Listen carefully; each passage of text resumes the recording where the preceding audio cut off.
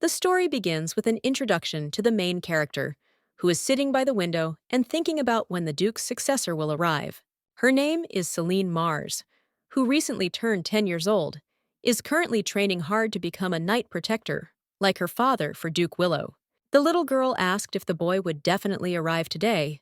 The woman said that they should arrive soon, just let him wait a little longer.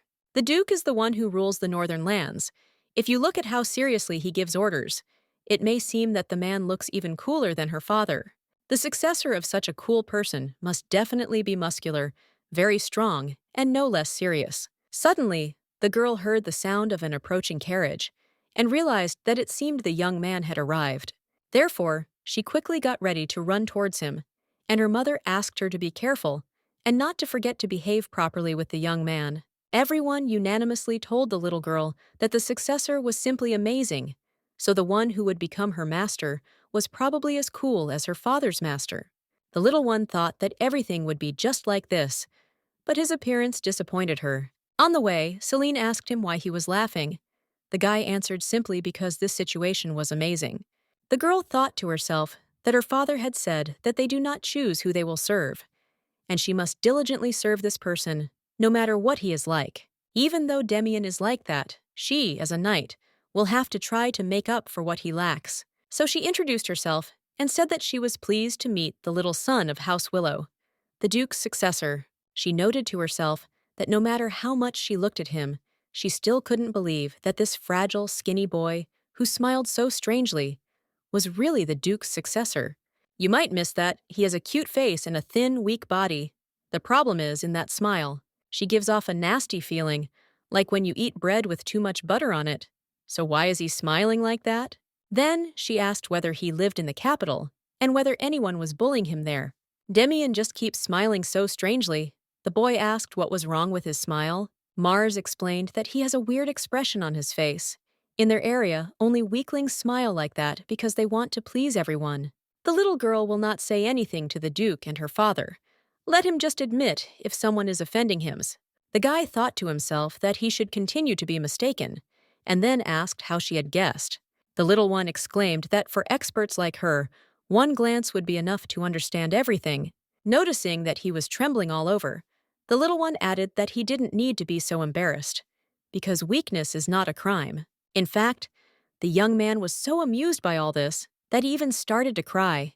Our heroine decided that this was why he even cried. It turns out that he is such a vulnerable person.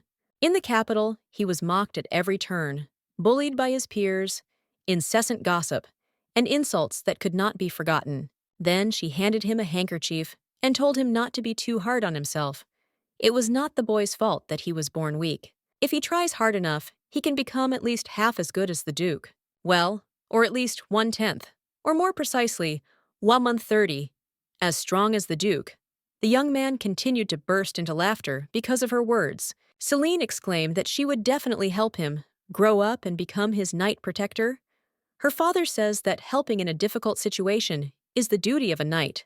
The young man smiled and thanked her for such words, but asked how exactly she was going to help him. The girl replied that she would think about it. He just needed to trust her and follow her. Then she added that it was time for her to go, and that he shouldn't be upset. They would see each other again tomorrow anyway, and in general, they didn't have much time to make him stronger. It will be a little difficult for him in the future, but let him think about it as something necessary. When she left, the guy noted that there was no way that anyone would mock the successor of Duke Willow, the most powerful man in the central nobility. Demian is a genius swordsman who is recognized even by the Capital Academy.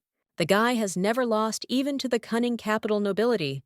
One can say that he is a truly outstanding person, worthy of the title of successor to the Duke. This little girl is the first one who is so obviously disappointed when she sees him. He would immediately reprimand her so that she does not make mistakes again. But the young man had already forgotten the last time he had so much fun, and he thought that he would be bored in this place, and it turned out that it would be incredibly fun, so why not pretend a little more? Last night, when they were riding in the carriage, the father asked how long it would take his son to return to the capital. The boy replied that he hadn't thought about it yet, because the holidays had just begun. The man replied that then why shouldn't he look at the horses tomorrow? There were so many that he should look at. But the boy objected that he had an appointment. Mars's daughter, Celine, a very appropriate name for such a cute child. The next day, our heroine waved her hand to the boy and shouted that she was here. Demian didn't understand who it was, because he didn't remember meeting anyone like that. What kind of village hairstyle and tasteless clothes were those? After which, he took a closer look at her and realized that she was the daughter of the Knight Defender of Mars. Then he decided to observe aristocratic etiquette and start the conversation with a compliment or praise. So he said that these clothes suit her. The girl muttered that she knew it, so she prepared something for him. The little girl handed him some clothes, and the young man asked if it was necessary to change. Celine replied that otherwise his clothes would get dirty, after all. She warned him that there would be a training session. Demian looked at her carefully and asked a question. What? Shouldn't the clothes get dirty?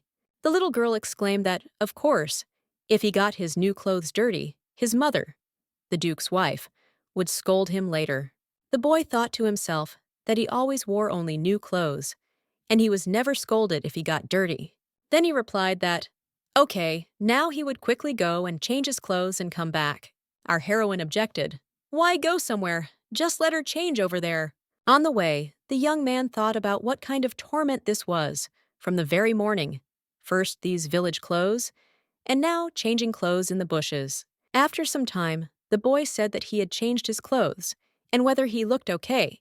Mars examined him and said that he had put his shirt on incorrectly, because these ties should be in the front. Let him go and change again. But quickly, when Demian got dressed properly, he asked what they were going to do with Mars's daughter now. The little girl was indignant that she shouldn't be called that. Let her just call her by her name, and reminded her what her name is. The young man wondered if this child knew that in high society, calling someone by name was only allowed in very close relationships. When this question was decided, our heroine solemnly declared that today they would catch rabbits, those very same ones, with long erect ears, which also jump high. When asked how exactly they were going to do this, the girl replied that they would set traps in the forest. The guy asked if she knew how to make traps. The babe proudly answered whether he was aware that in Marion she was actually known as an expert on traps. In fact, it was a lie. The forest was very dangerous, and that's why she wasn't allowed there. She had never even hunted there. They told her that a terrible, terrible bear lives there. But there is one saying, talented people go to the capital, knights go to the north. Of course, it can't compare to the capital's academy, but the Northern Night School that Celine goes to is a fairly well-known institution. In this famous school, she shows good abilities. In a word, elite, so making a trap and catching a rabbit should not be difficult for her, probably. Looking around, Demian thought that, apparently, this is a completely virgin forest. It looks too dangerous for children. You need to be careful just in case. After some time, the girl said that she thought this tree would be suitable, so they will set a trap here and let the young man go and collect branches. After a short period of time, the guy had already brought everything that was needed, and the little one noted to herself that she hadn't even had time to rest properly because her legs hurt terribly. This is, of course, all wonderful, but how can you make a trap out of these branches? Noticing her thoughtful expression, the boy said that he had actually studied how to make them at the academies. Celine immediately became happy and said that she was very interested to see how the capital's people differed from those in the north. When everything was ready, the little one said that usually rabbits appear together, where there is somewhere to hide, for example, at the roots of trees, so they can leave traps here. Demian thought to himself that it was simply amazing. Even though he was the Duke's successor, she was trying to command him. She was already 10 years old. Wasn't she taught at least something? On the other hand, he doesn't want to hurt her feelings, so the young man isn't angry with her at all. When they had gone a little further, our heroine exclaimed how beautiful it was around. The young man immediately covered her mouth with his hand and told her to be quiet, since there was a rabbit right in front of them. The boys tried to behave as quietly as possible and slowly crept up on him, but the animal immediately felt someone's presence, so it started running as fast as it could. When the girl was about to chase after him, the guy stopped her and said that she had better not run after him. Our heroine froze for a second and thought that she felt that something was wrong here, but perhaps she just imagined it. The young man began to lead her away from there, and say that in fact, he had already seen several rabbits along the way. They were nearby, so it would be better to go catch them there. After that, they started trying to catch rabbits, but eventually failed and returned home. But next time, they will definitely succeed. The next day at Willow Castle, during tea, a woman asked why Dimian went to Marion. Because he said that he was not interested. What is there that their son goes there? As if everything there is covered in honey. The boy goes there to meet with the Baron, or for what reason? The Duke objected that no, with his daughter, she looks like her father, with the same red hair, and goes to night school. This year she turned 10 years old. The North produces many great knights, including many who have sworn allegiance to the Willow family. But among them, the status of Knight Defender has always been special. In 10 years, this position will belong to a girl in relation to Demian. He grew up without brothers and sisters. That's why she is so interesting to him. Her name is Celine, but in the village she is known as a notorious troublemaker. She is very friendly, and there is no one there who does not know her. Mars is a great help in managing Marion. In fact, the Baron's mother was a commoner, and in fact, he was not supposed to become the successor of the Mars family. He had 3 brothers born in marriage, but who could have known that a terrible disease would overtake the entire North, so he became a baron at the age of 9. The following year, he was enrolled in a night school. A friend with whom he grew up together suddenly inherited a noble title and began to rule the village. It is roughly understandable what the atmosphere was like then. Of course, everything went wrong, and at the moment when he was already thinking of giving up the title of baron, because he could not find a common language with the inhabitants of Marion, he had a child. This girl played with everyone, without dividing other children into nobles and commoners. But one day, an argument occurred. Celine was hit by a commoner's child, so hard that her cheek and neck started bleeding. At night, this child immediately came to them, together with his father, to ask for forgiveness. But the little girl herself resolved this situation. They say that she ran out to the door in her pajamas, after which she said that he hit her 4 times, and she hit him 6 times, so it was her own fault. Then she sat down on her knees, next to the commoner's child, and raised her hands. She said that since the child, who was less guilty, knelt down, then Mars should also raise her hands. After this, things began to improve in society, and the problem that adults could not solve was easily and simply solved by this little girl. After some time, the young man asked who all these children were. "Baby, I'm afraid it's not Bella and Johann.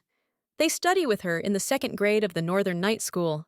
The girl looked at him and asked if what he was wearing was something he needed to wear in the capital now, or if he had chosen it himself. Our heroine explained that she is the daughter of a local seamstress, and also draws very well. Bella immediately started asking what color is currently in fashion in the capital, and what kind of collars and fabrics. Johann had already said that it was time for him to go. Celine immediately asked why. What happened? The boy explained that iron ore had been delivered to the store today, and his father had slightly injured his back. "It's just that today the store needs help." The little one replied that everything is fine. He said that the gun store doesn't always need help, but sometimes there is a shortage of workers. Suddenly, Bella announced that it was time for her to go too. She needed to tell her mother everything she had heard from the Duke's successor. Mars said that since that was the case, she would continue introducing Demian to everyone else. That boy over there is called Chaco, and the girl next to him is Mia. This little girl's family's bakery is the best in Marion. They always have lines. The guy was surprised to himself that he had to buy buns separately because they were always on the table when he ate. Celine continued that the boy's father is a very good doctor for animals, after which she asked whether he would return to the capital when the holidays were over. The guy answered that, yes. Our heroine was upset. She would like him to come again. She invited the children because she wanted him to have many good memories. But everything is not going as planned. Suddenly, the children also started saying goodbye and saying that it was time for them to go home too. They found a 4-leaf clover, so they really want to show off to Mom and Dad. Another child joined the children running around the streets of Marion's. Only the Duke's successor, who looked like a little prince from a fairy tale, was not very good at playing village games. There was a secret word that the children of Marion called the Duke's successor, and that word was scone, which they used when they were annoyed with his playing skills. When they said out loud that they really wanted to eat a scone today, It was a kind of signal to each other's. Naturally, the one they were talking about, listening to something like this, simply thought that apparently they really liked scone. Time passed. The holidays were over, so the day came when Demian had to return to the academy. Upon seeing him, the boy exclaimed that he had not seen him at all during the holidays. Where had he been? When the guy answered that he had been to the north, the interlocutor was surprised by this, because the west and south are still okay. But what can you do in cold regions? Then he noticed a stone on his chest and asked what it was. Willow explained that it was a sapphire. A friend objected that it was just a piece of glass. But Demian said no, it was a sapphire. I thought to myself that Celine said so. She said that she saw one like this in her mother's jewelry box, which means it's definitely a sapphire. They say that beautiful stones are worth wearing as a necklace, so he tried to attach it to a leather rope. But it seems that it will soon break, so you need to quickly give it to the jeweler to cut into gold, because he does not want this piece of glass to fall and break. When his interlocutor was indignant, asking whether he was listening to him at all, Demian said that it was time for him to go, since he would be late for class. But to himself, he thought that he wanted to meet those guys again as soon as possible. After some time, the boy got angry and asked why he wasn't going anywhere. Demian replied that he didn't want to. His friend was indignant that anyway there was nothing to do in the capital during the holidays. You can train with a sword in a country house. The Duke's successor replied that his father was arriving. Plus, the northern school was on vacation. The classmate was indignant. What does this have to do with anything? Let him come visit him. But Willow replied that he couldn't because he was busy. The young man replied that he was actually a busy man too, but still made time for him, and he didn't appreciate it. The boy remembered what his father had written to him, namely, that he would be accompanied by Baron Mars and Celine, so he should convey this to his mother and prepare the rooms. Meanwhile, on the way, the girl admired that there were so many beautiful buildings around, and she thought that Chaldea was the biggest. The man said that Red Brittle is not that far away, so why did the Duke decide to take his daughter with him? He is worried that she might cause problems. Willow replied that there was no need to worry, that children were created to do mischief. Besides, Demian was in the capital now. They could spend time together. It seems to him that it is better for them to become friends now, because in the future they will see each other often. Her father objected that perhaps the Duke's successor will get tired. Our heroine was indignant. Why does he think so? When people receive favor, they remember it. But the guy, on the contrary, should be glad to see her. The father asked what grace he had received from her, and the little girl explained that when the boy had come to the north last time, she had diligently entertained him. Then she drew attention to the beautiful chapel and said that God himself must have created this clock. The man asked in surprise why she thought it was a watch. The little one replied that she was taught this at the night school. They say that if you get lost in nature, you can find out the time using a stick. It turns out that this huge clock was created by God to know the time. The Duke objected that it was just the tower of the academy. They say that the magician who built the academy made it so tall. 800 years ago, there lived a great wizard who helped the emperor when this country was just founded. It is said that after the war, he settled in the capital and erected an educational institution. She may or may not believe it, but there are also rumors that there were even dragons in those days. The little girl asked if she would be able to see something like a fireball if she went to the academy. The man didn't understand what she was talking about. The father explained that she had read this in books, so Willow replied that there was no such thing. Then the little one asked if they could make ice arrows. The Baron explained that she also took this from books. The Duke asked for forgiveness and said that such magic also does not exist, which greatly disappointed Celine. This academy does not study such magic, but for example, metal breeding in order to create higher quality alloys. Recently, a new technology for making iron was discovered. It turns out that if blessed water is used for cooling instead of plain water, the material becomes much stronger. Our heroine came to the conclusion that the magician who erected this tower was poor. If he had been rich, he would have chosen a larger land for the school. So why did he decide to build the academy in the capital? The girl in his place would have created it in the north, because there is a lot of land there. But because of the cold, it is unsuitable for land ownership.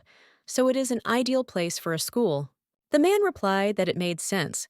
If she had been born during the founding era, that magician would have definitely listened to her. Suddenly, it dawned on our heroine why the Duke's successor was so weak. Studying is something that allows you to train your mind in a place where there are no distractions. Of course, he lives in a place where it is impossible to concentrate on anything, which is why he cannot train in swordsmanship. She needs to pull herself together and be more serious. She needs to try even harder. Her father always says that everything can be fixed with effort. Today, she is full of determination. After some time, they arrived at the estate, and the Duchess came out to meet them with her son. Our heroine immediately approached him, bowed, and said that they had not seen each other with the little son, Willow, for a long time. She noted to herself that during this time, of course, she had also grown up. But while they had not seen each other, the Duke's successor had grown a lot. Suddenly, her father took her by the shoulders and said that he was glad to see her, but it was time for them to leave. Then he noticed their things, which were being carried away by the maids, and asked why the luggage was being carried towards the estate. The Duke explained that since he had a child with him, it would be more comfortable for them to stay with them rather than separately. But the man objected that there would be enough space for them in the annex. But Willow said that it would be inconvenient for him to be away when he needed it, so it would be done as he said. And the father had no choice but to agree. Inside the palace, the little girl said that it was a little different from what the Duke had said. The boy asked to clarify what exactly he had said. The girl replied that he said that his estate in the capital was quite modest. Demian was surprised that it was not modest. Celine exclaimed that even if all the residents of Marianne settled here, there would still be empty rooms. The guy objected that the mansion of the Count Ryder family is twice as big. Our heroine asked how he knew how big their estate was. The young man explained, "Because Russell Ryder is from the Count's family and his best friend at the academy." Celine exclaimed in shock. Could they really be friends? Demian asked why she was so surprised that he had a friend. The baby replied that she had always been told that people living in the capital were selfish, but still, people live there too, no matter how you look at it. While the young man was thinking about how unusual she was, our heroine said that she wanted to meet that friend. When asked why she needed this, the girl replied that she would ask him to continue being friends with her. Until she becomes his knight defender, she feels like he should always have someone by his side. He needs to appreciate his only friend. Suddenly, the young man asked her why she even thought that he had only one friend. The little girl was glad that he really had more friends.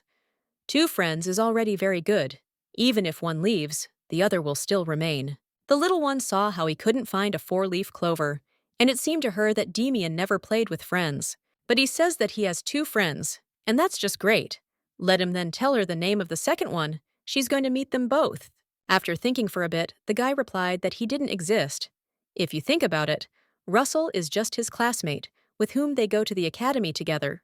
Celine was surprised. Then why did he ask? What did she get from him? That he only has one friend, as if he was a very popular person. Then I realized that he was probably very bored on vacation without friends. But it's not a big deal, and you can live perfectly well without them. She just expressed herself incorrectly at first. But the boy said that she was right. The young man has no friends at all, so he is always alone at home. But that was not true. The guy trains in fencing almost 24 hours a day.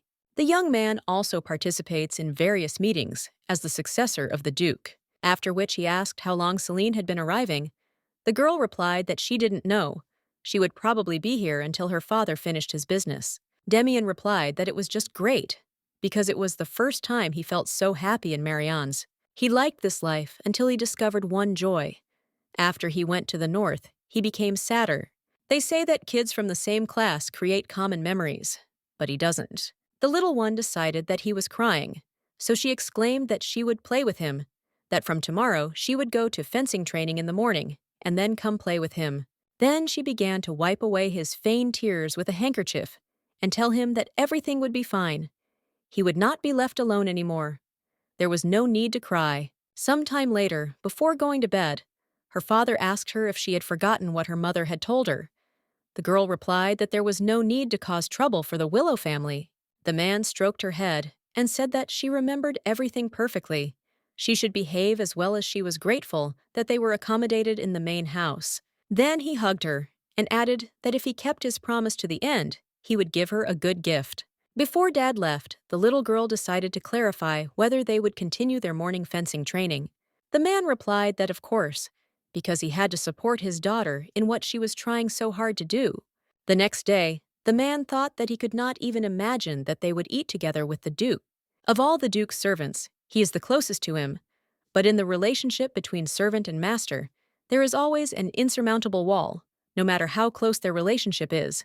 They cannot live like a family. His thoughts were interrupted by his daughter's voice, who asked how he knew the way to the training hall. The Baron replied that he had accompanied the Duke there several times, and that was how he had learned the way.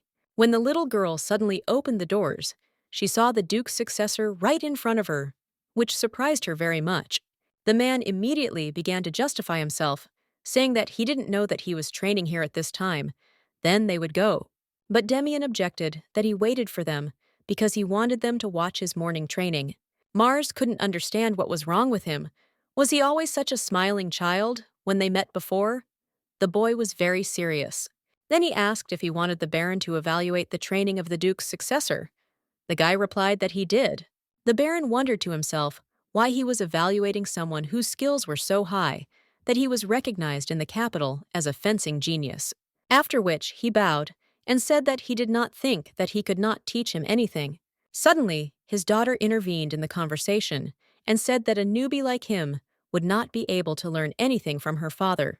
Just one look at this hall makes everything clear. It's too clean around.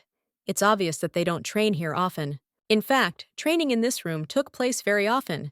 It was just always kept clean and tidy. Our heroine stated that he heard that she was training in the mornings, and also came.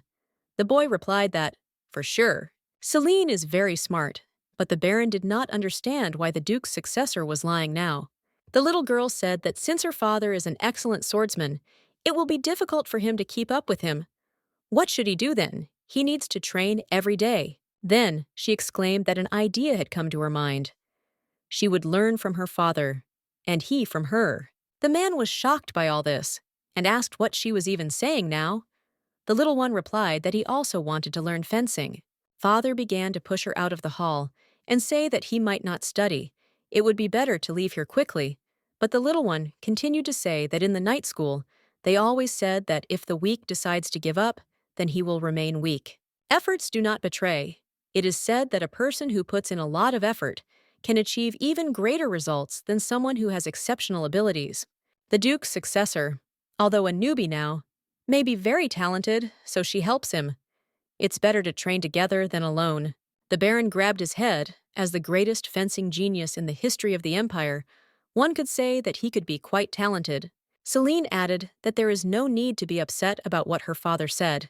He is just very strict about everything related to fencing. The young man told the Baron that he would try to make sure that someday he could study with him, so if it were possible to train with them in the mornings.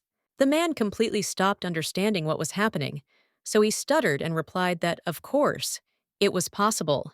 When they took up wooden swords, the little girl asked the Duke's successor what he thought was most important in the swing.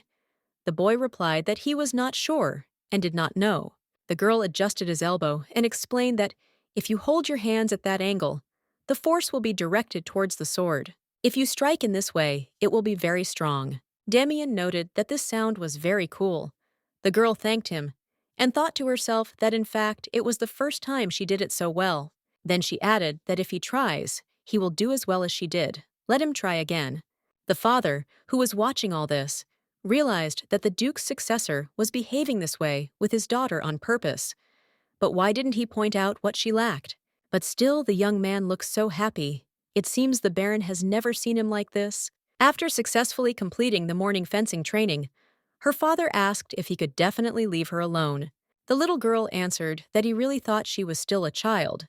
She had told him not to worry. The man noted to himself that objectively she was a child.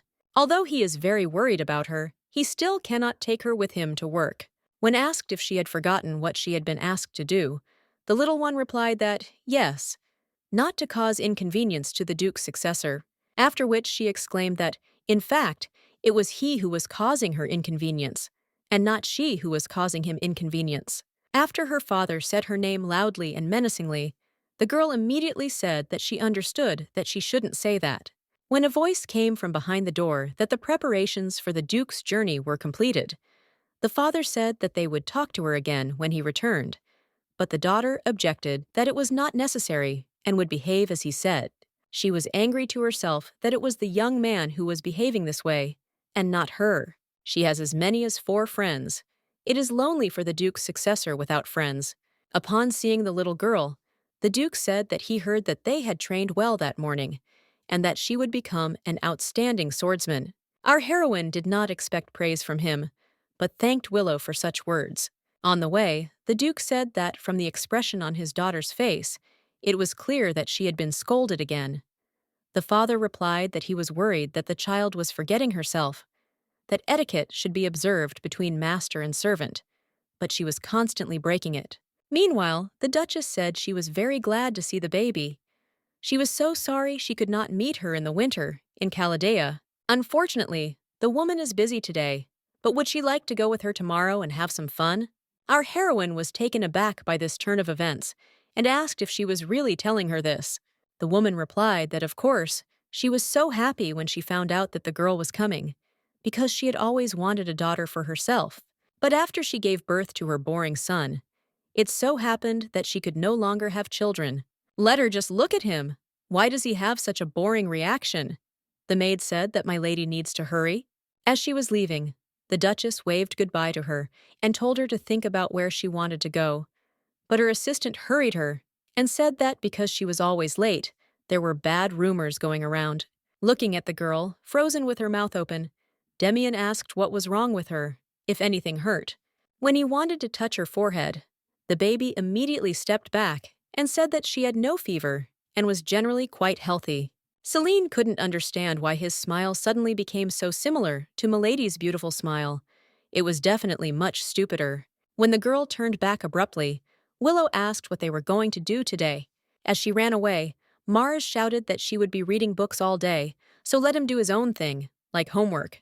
After her escape, the boy asked the butler where he could take this child. The man noted to himself that this was the same question that Milady had asked him.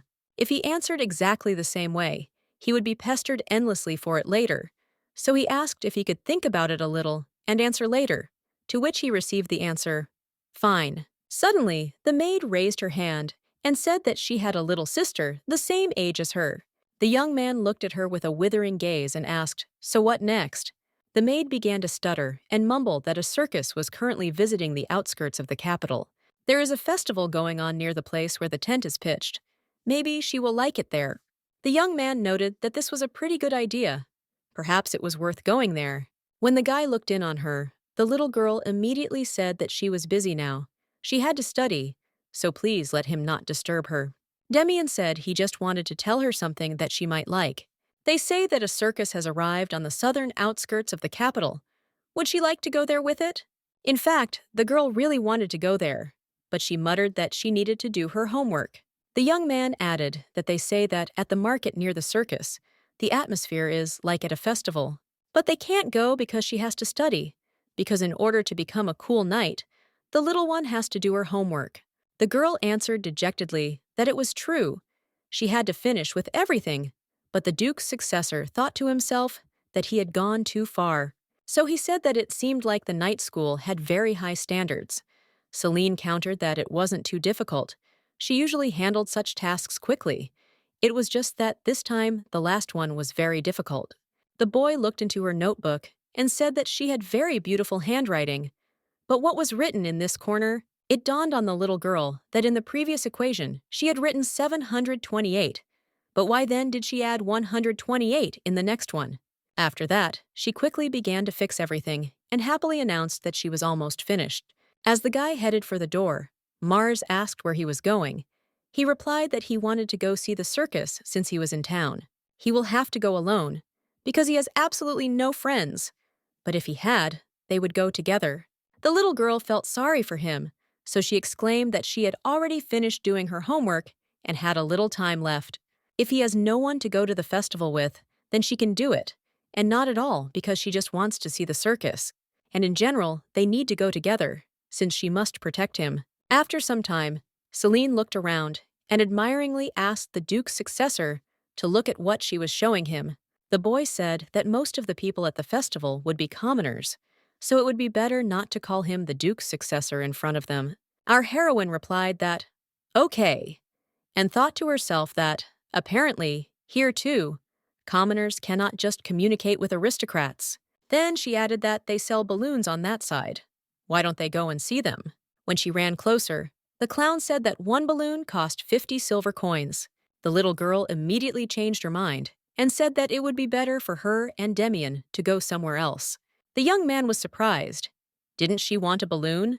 The girl sadly replied that no, everything was perfectly fine. Willow said that if she didn't have enough money, he could buy it.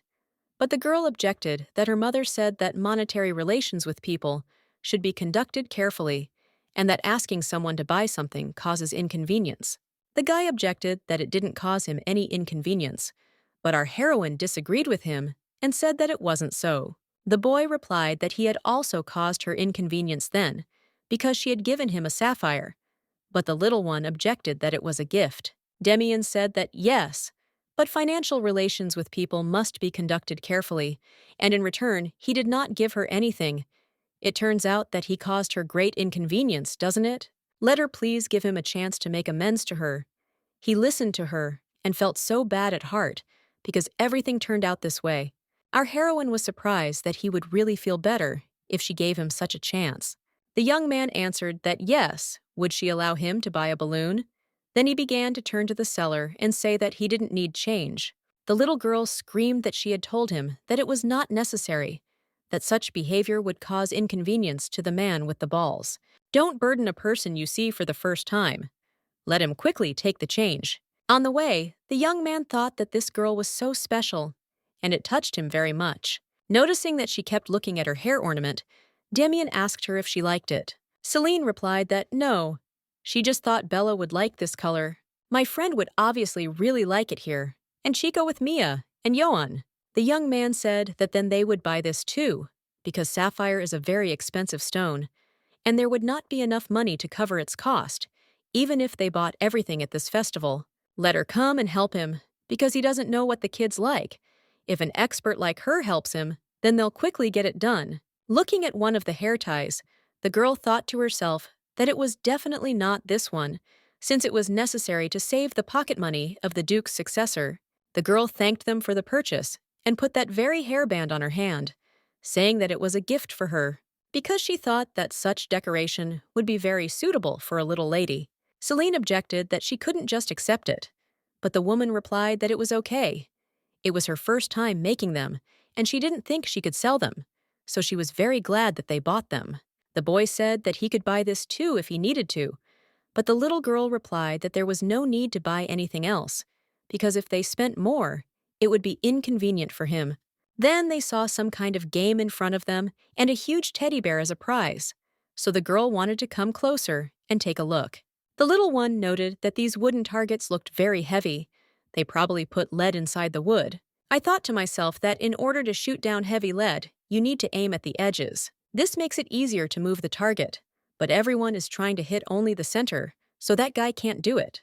The young man asked if she would like to try. For example, he would be interested in trying to knock down a couple of times. Our heroine thought to herself that she would also really like to, but unfortunately, she had absolutely no money. Standing in front of the targets, Demian thought that this was a game in which you need to flip 10 targets to get a prize. I wonder if the girl will be happy if he gives her that teddy bear, after which he throws it. But no matter how hard the young man tried, he was unable to turn over almost anything except one thing.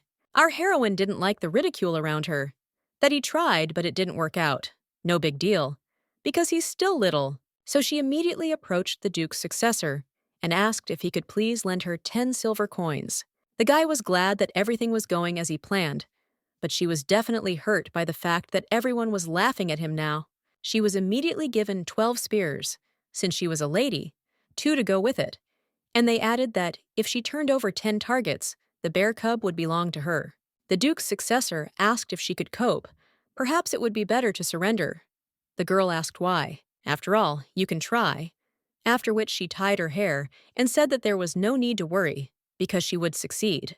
She thought to herself that she shouldn't use force to turn over the targets, as adults did. Damian, who was about equal in strength to her, threw a spear for the first time, and everything worked out, so she would throw it in exactly the same way. Her plan was effective, so the wooden block began to fall, and everyone exclaimed that such a tiny thing had done a great job. They thought it was some kind of trick, but it turns out they just threw it wrong. The second target fell, then the third one fell. The seller was not at all happy that this little girl had figured out what to do. Demian noted to himself that she was doing better than he thought.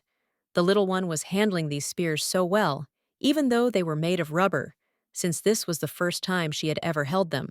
It's quite noisy here, but she's very focused, perfectly copying a pose she's only seen briefly. He thought she was still a little child trying to talk like an adult.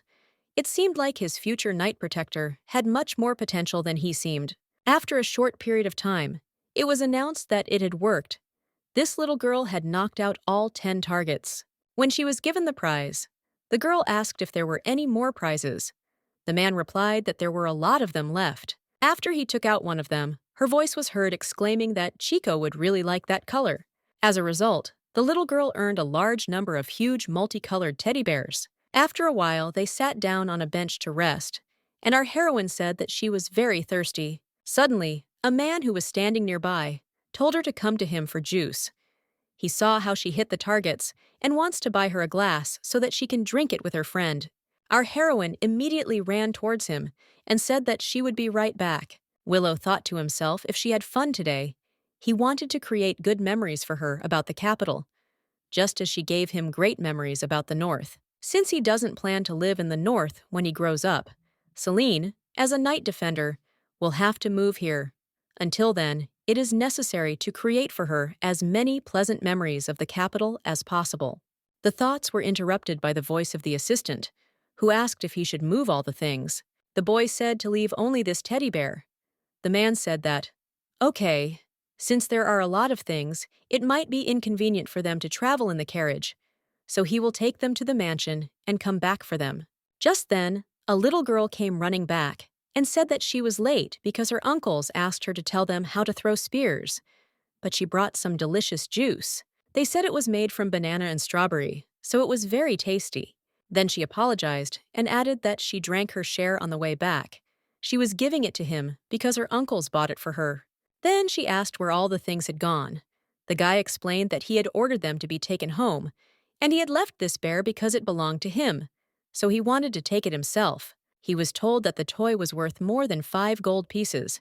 He was causing inconvenience again. What should he do now? The little one objected that there was no need to worry about it, only she could not cause him inconvenience. Celine will become his night protector when she grows up. Then he will cause her even more inconvenience than now, so there is no point in worrying E. And in general, it is unlikely that they will meet again until she becomes an adult. Demian immediately said that it would be great if she lived in the capital. The little girl objected that she lives in the north. She noted to herself that he seemed very happy that she had come, and that he had someone to play with, since he had absolutely no friends. Perhaps he would not be so lonely if at least one good friend did not appear. What was the name of that student from the academy he was talking about last time? I think it was Russell Ryder. It would be nice to meet him, after which she said that she would play with him while she was here. By the way, a circus performance would soon begin in that tent. Let him come to the north when the holidays begin. The other boys will be glad to see him too. The young man asked if she would ever come to him again if he went north. The little girl replied that she would hardly be able to do it herself, but if her father allowed her to go with him, then of course. The young man thought to himself that she was 10 years old and still had the same amount of time left until she came of age. She was very attached to Marion, and he needed to think carefully about how to make her want to live in the capital herself. When they entered the house, the little girl admired how great it was, how they flew in the air. Probably even with this net below, it was still scary. And the lion was so big, it seems to her that she too could balance on the ball. Suddenly, they stopped talking. Because their parents were waiting for them at the entrance, the children could not understand why they were gathered there. The father immediately exclaimed angrily that she had promised to behave appropriately, but the daughter objected that this was not so. The little girl did not promise to behave like this. He told her not to cause inconvenience to the Duke's successor, but did not talk about behavior. Noticing the teddy bear in her son's hands, the Duchess asked what it was, and the boy explained that Celine had won a prize. The girl immediately began to babble that she had given the Duke's successor a prize that she had won in a game, and she also won those bear cubs, hitting all the targets. She wants to give them to her friends. The woman noted that one of them was so cute that our heroine immediately offered to give it to her. Demian intervened in the conversation and said that it was impossible. The baby deserved it, so it was impossible for her not to have a teddy bear. Celine thought to herself that she thought he was indecisive and weak, but in fact he was stubborn. The Duke coughed and asked if she knew that a knight defender must protect not only the body of his master, but also his soul. When she replied that yes, the man asked her what she should do to make Willow feel better. Our heroine sighed heavily and replied that she would keep the teddy bear for herself. The man stated that she still had 4 toys she had won, and was she going to give them to her friends in Mariani? If so, then it turns out that she is the only one who won't have a teddy bear. And that won't make sense. She won them so that everyone would have teddy bears.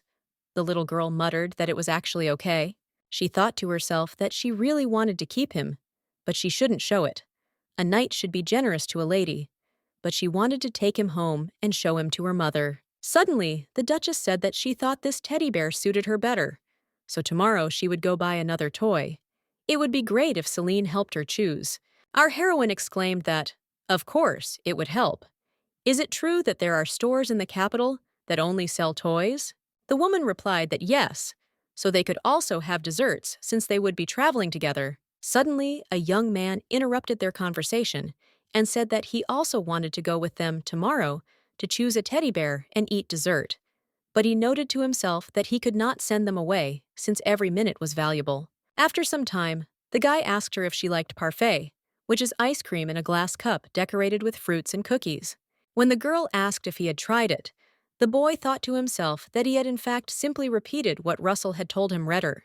The mother intervened in the conversation and said that he had not tried it because he had no one to eat it with, and she noted to herself that her boring son did not have a single close friend. Then she hugged the girl and said that they would all go eat parfait together today. Mars turned to the boy and said that she would go with them, so that he would not feel lonely. Demian thought to himself that it seemed that she was again in her strange delusions. When they approached the carriage and the Duke's successor offered her his hand, the little girl replied that she was no longer a child and could easily climb in herself. Inside the carriage, the woman said that she heard that there was a place in town that served very tasty parfait, so they would go there. As they were walking, our heroine noticed that all the people were looking at the Duchess. I wonder if it bothers her. It must be hard being so famous. The woman said that eating cold food first thing in the morning is not very healthy, but since it is summer, everything will be fine, won't it? The little girl replied that yes. Besides, she is from the north, and therefore tolerates cold food very well. When they entered the cafeteria, the seller immediately asked what they would like to order. The Duchess said that she had heard that this place had very tasty parfait. The girl did not understand what such a noble lady was doing here. Perhaps she came to show her children what ordinary people eat, after which she said that she would bring them 3 parfaits, and they should tell her if they wanted anything else. Suddenly, the young man called out to her, and the waitress asked if he wanted to order anything else. The Duke's successor replied that yes, and pointed her finger at a scone that was in the display case. Having heard all this, our heroine immediately froze, as if rooted to the spot. The mother asked in surprise if Demian would really eat it, but her son objected that no, it was Celine who loved him, not him. When they were in the north, the little girl often talked about him to the other children. Mars thought to herself that she actually meant him when she talked about scone. The Duchess immediately said that she would order the cook to cook them constantly from tomorrow. The little one tried to object that it was not necessary. The woman said that there was no need to refuse, because they had a cook from God. And who here doesn't know that she is a duchess? There is no need to call her that all the time. The girl won't constantly call her friend's mother. The friend's mother, in fact, would really like to have a daughter like her. Celine immediately remembered how in the evening before going to bed, the man asked how he should answer if his father invited him to play the Duke. The little girl asked whether he should agree. The Baron objected that it was wrong. He could play with the Duke if he was his friend. But who was he really to Willow? The girl answered that he was a knight protector for him, and the Duke was a lord for the Pope. The father answered that it was true. Therefore, the answer was to refuse. A lord and a servant cannot be close friends. The Duke's successor will be engaged and married in a few years. In other words, he will have the same closest friend as his mother. There is no risk that a servant could take this place. What will she feel if he has a friend as close as her mother? The little girl muttered that she thinks she will feel very bad. The man continued that if she feels bad, she should imagine how bad that person's mother would feel. Our heroine interrupted him sharply and asked if he had by chance made another girlfriend. The Baron objected that this was not the case. He simply gave an example to explain it to her. The father thought to himself that it was dangerous to get closer to the Duke's successor than necessary, because it might develop into love, and his daughter might be offended. So he muttered that it would be better if she were a boy. In fact, her father was very worried about her and did not want her to suffer. But since the little one did not know about this, these words upset her very much. Noticing that the little one was thinking about something, the Duchess asked what was wrong with her. Maybe she had said something wrong. Celine burst into tears and said that her dad told her that it would have been better if he had had a son. The woman replied that she must have simply misunderstood something, because that couldn't be. The Baron was crazy about his daughter, but the little girl said that it was true. Plus, it seems to her that he has another girlfriend besides her biological mother. The Duchess spends most of her time in the capital, away from her husband, because she cannot leave her son alone. There are 3 words that she hates more than anything else in the world, and these are treason, infidelity, and debauchery. The woman immediately got ready to go somewhere and told her son to eat parfait with the girl, but she needed to leave for a short while to talk to one person.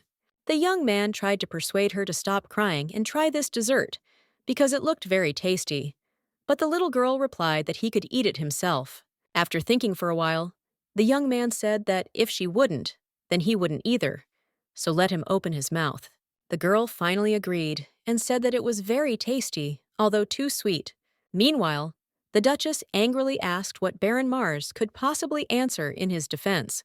When he mumbled something unintelligible, the woman interrupted him and said that it was enough. She would ask questions. The Duchess heard that he was cheating on his own wife. How could he do that to her? While our heroine's father didn't understand what was going on, Willow jumped up and exclaimed that he didn't know he was such a person, although people make mistakes. But this was too much. Damien's mother hissed, "What did they just say? How can they call it a mistake?" She understands that, apparently, in the North, this is considered simply a mistake. Her husband immediately exclaimed that, no, of course, this should be punishable by death. Baron Mars exclaimed that this was unfair, because he loved only his wife. The woman said that Celine told her that her dad had another girlfriend besides her mom, and that he wished he had a son instead of a daughter. How could he say something like that to such a sweet girl? After some time, the Duchess returned to the cafe, accompanied by the boys' fathers, and asked if the parfait was tasty. The man said that he was told that she was very upset, because her father told her that Mars did not mean this, and he wanted to apologize because he was wrong. The Baron did not want her as a son, but said so because he was worried that her loyalty might be questioned. People can very easily be mistaken, and even take her devotion to the Duke's successor for love. This may turn out to be true sooner or later. Such a feeling may arise because they constantly spend time together, and this is not befitting a knight. The little one exclaimed that she would actually become the protector of the Duke's successor. How could she feel anything other than devotion towards such a person? It would be a disgrace for a knight. Damien laughed nervously and replied that she was right. They didn't have that kind of relationship, so there was no need to worry.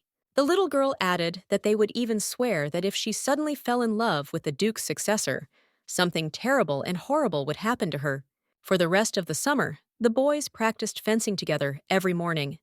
The Baron could never understand why the Duke's successor hid his skills from his daughter and continued to train with them. He came to the conclusion that just as the Duchess, who had only a son, loved Celine as if she were her own daughter, Demian saw in her the younger sister he never had, and continued to think so.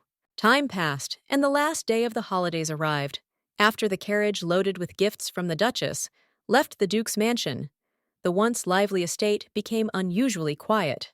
Before leaving, the girl handed him a letter and told him to read it only after she left, after which she smiled goodbye and said that she would see him again next winter. It was written there, "Will he stop training in the mornings when the baby leaves?" So she leaves him this letter. The young man immediately thought to himself that this would definitely not happen, since he would train more than she did. The little one wrote that he must definitely train, according to the list that she wrote for him. This is the method that she and her mother use. After each training session, you need to draw an apple in the cage, so you can check how well he tried. If he fills in all the cells before they meet again, then she will give him something good. And finally, let him not forget to repeat to himself 100 times every day before going to bed that he can do anything. What he lacks is self-confidence.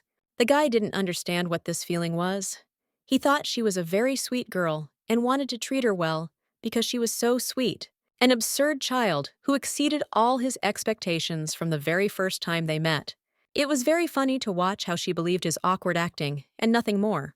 But after her words about how she could have any feelings for such a person other than devotion, for some reason, he felt his heart tremble and despair gripped him. What really hurt him was the words that she wouldn't feel anything but devotion towards him, which is usually how many people tell him they like him. What does he regret then? And even if he knows it, what is it about this girl that makes him want to be near her? Then it dawned on him that this was the very feeling when a person begins to like someone. But will he be able to confess this to the girl? Although, of course, this is impossible, because even a fool can understand how it will all end. But perhaps it is simply worth making the impossible possible. Although it seems to him that even possible will not be enough, he will make it so that it is inevitable. After some time, Demian told his friend that he wanted to know a way to win the girl's favor. When there was a pause, the guy said that if he didn't know, then he should forget what was said. Russell exclaimed that he knew. He has 4 older sisters, and he knows that they like it when girls get gifts. Let him give her something that she might like, perhaps perfume or a bouquet of beautiful flowers. When asked what he was doing, the young man replied that he was writing it down so he could think about it before he got home. Ryder asked if he really wanted to be friends with that girl that much. When he started listing names to guess, Demian said that he didn't need to know, but he thought to himself that he understood perfectly well what his reaction would be when they said that he liked a girl 3 years younger. Russell continued that gifts are the easiest way to win someone's favor, but the most important thing when you want to be friends with a girl is not to be unpleasant to her. That is, do not do anything that she might not like. For example, do not lie. Because who would like someone who constantly tells lies? Such a person cannot be trusted. The young man asked, what if it was a lie due to the circumstances? The friend objected that the circumstances could be explained, so why lie? He feels disgust towards liars, especially those who lie to please. The mere thought of being around such a person gives him goosebumps. If, nevertheless, circumstances developed in such a way that you had to lie, then it is better never to be exposed. After some time, Demian thought that he started lying simply because she had an interesting reaction. Perhaps he should have appeared before her in a cool image from the very beginning. Then she would have looked at him with respect. Their relationship wouldn't have turned out like this, and she wouldn't have gotten mad at him. But nothing can be changed anyway, so it is simply necessary to try in the future. Then I remembered about the gift and thought that there is only one thing that Celine might like. These are not light swords that adults use. They are suitable for him, but for a baby they are too heavy. You can choose, for example, a rapier or a saber, but it seems she would like the same sword as her father, after which he asked if these were all the good swords they had. The assistant replied that they were. When asked where the ones he used as a child had gone, the man replied that the Duchess had ordered them to be put away, but there was one item he had been told to keep because it was too valuable. When asked which one exactly, the servant replied that it was what the Academy had given him as a gift in honor of his admission when he was 10 years old. Then he found the necessary chest and reported that they say that this sword is the only one of its kind. He was told to keep it, as it could not be sold, as it could be considered as disrespect for both ideas. Demian noted to himself that they said that in the academy this sword was passed down from generation to generation. He stopped using it after he grew up because the blade was too short and light, after which he came to the conclusion that it would be perfect.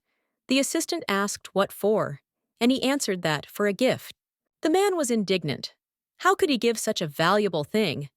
The young man replied that he really should ask his permission to give someone something that belongs to him. Let him just wrap it. Suddenly, a servant burst into the Duchess's room and exclaimed that they had problems. The women lazily asked what happened. The assistant reported that the young gentleman wanted to represent the gift that the director of the academy personally gave him. The Duchess asked if he was talking about the sword he had stopped using because it was too light. He no longer needed it. So what difference did it make? It was clear to whom he had decided to give it. Of course, to Celine. When the servant added that the young master apparently wanted to send it as a gift for her birthday, the woman immediately jumped up and asked again how many days were left until this holiday. Without waiting for an answer, she immediately began to get up and lament that this was just a nightmare, and that there was absolutely no time to rest. They are going to the city right now, so let him prepare the carriage immediately. In the Duchess's room by the window stood the very same flowers that the girl had made herself out of paper, because she had been told that her birthday was coming soon. The little girl wanted to give her at least something, because the woman had taken care of her all summer. Mars gave her such a cool gift, so she should give her something similar too. Meanwhile, Damian was thinking about what words to write in the note. Sometimes they were too burdensome. Sometimes it immediately became clear that he liked her. So I just wrote happy birthday and decided that maybe that was the most appropriate. He couldn't know since it was the first time he wrote something like that. The young man really hopes that Celine will be happy with the gift he will give her. After some time, our heroine said that she was uncomfortable. Bella exclaimed that, "So what? Today is her birthday, so she should be the most beautiful. Let her not move, and she will tie her hair. The baby is still the daughter of aristocrats, so how can she only wear sloppy clothes all the time?" Does Johann agree with her words? Let him say at least something. The boy replied that he thought that ordinary clothes would suit her. Bella was indignant. Why did she even ask the opinion of the gunsmith's son? The guy immediately added that, of course, he thought that the clothes she had chosen were also suitable. Celine objected that she would become a knight. The friend exclaimed that it was enough to grumble. Let her go quickly, because the Baron and Baroness were probably waiting for her. Our heroine thanked her for everything and said that she would return a little later. When she went out into the courtyard, she saw the Duke's carriage, so she was surprised why he had come to visit them. Upon seeing him, the little girl immediately bowed and said hello, and the man noted that she was just in time because he wanted to show her something. Then he ordered the butler to immediately take everything he had brought to the estate. Looking at the beautiful red dress and the small box, our heroine asked what it was. The man replied that these were gifts that the Duchess had sent her. She wanted to give her something equivalent to the flowers she had given her last time. Ordinary flowers fade and need to be thrown away, but the ones she gave are still standing and making his wife happy. The little one objected that they would not compare with the care the Duchess had shown her all summer, and that she would hardly have occasion for such clothes. The Duke informed her that this winter the Duchess and Damian were going to come to Chaldea, so let her come to them in this dress. Our heroine asked in surprise, is it really possible for her to go there? Having received an affirmative answer, the little one immediately ran to her mother to ask if she could go there. Her father immediately said that she would most likely remain like this until dinner was over. The Duke replied that then he could give her a gift from his son after the meal. The Baron was surprised that Damian had also sent her a gift. The Duke replied that, yes, he seemed to like her very much. After some time, when the little girl blew out the candles on the cake, her mother asked her if she had made a wish. Our heroine replied that she wished that this year she would become even better at swinging her sword the second time. Hearing this, the Duke said that the time had come to present a gift from him and his son. Let him open it quickly, because the birthday girl will obviously like it very much. The sword is a gift from Damian, and the sheath is from him. They are made of a special metal processed at the academy. It is lighter than usual, so it will be easy for her to carry it with her. The Baron jumped up from his seat and exclaimed that they could not accept such a gift, but the Duke objected that everything was fine. This weapon had been lying in the warehouse for a long time and had been completely forgotten. But this does not mean that the sword is bad. I thought to myself that if I had honestly said that this sword was a gift from the Academy, then he would definitely have been very upset when he finally realized that he was not a commoner, but an aristocrat. After which he added that Celine would soon start training with a real sword anyway. Maybe she should start a little earlier. The Baron replied that he could not refuse him, but if his daughter did something dangerous, he would take it away at that very moment. The little girl exclaimed that there was no need to worry. After this, the girl immediately ran to try the sword, but found another note in the box. In addition to the inscription, "Happy Birthday," there was also a piece of paper with apples and training dates drawn on it. It had more cells filled in than hers. When she first met him, she thought that he was weak and pathetic.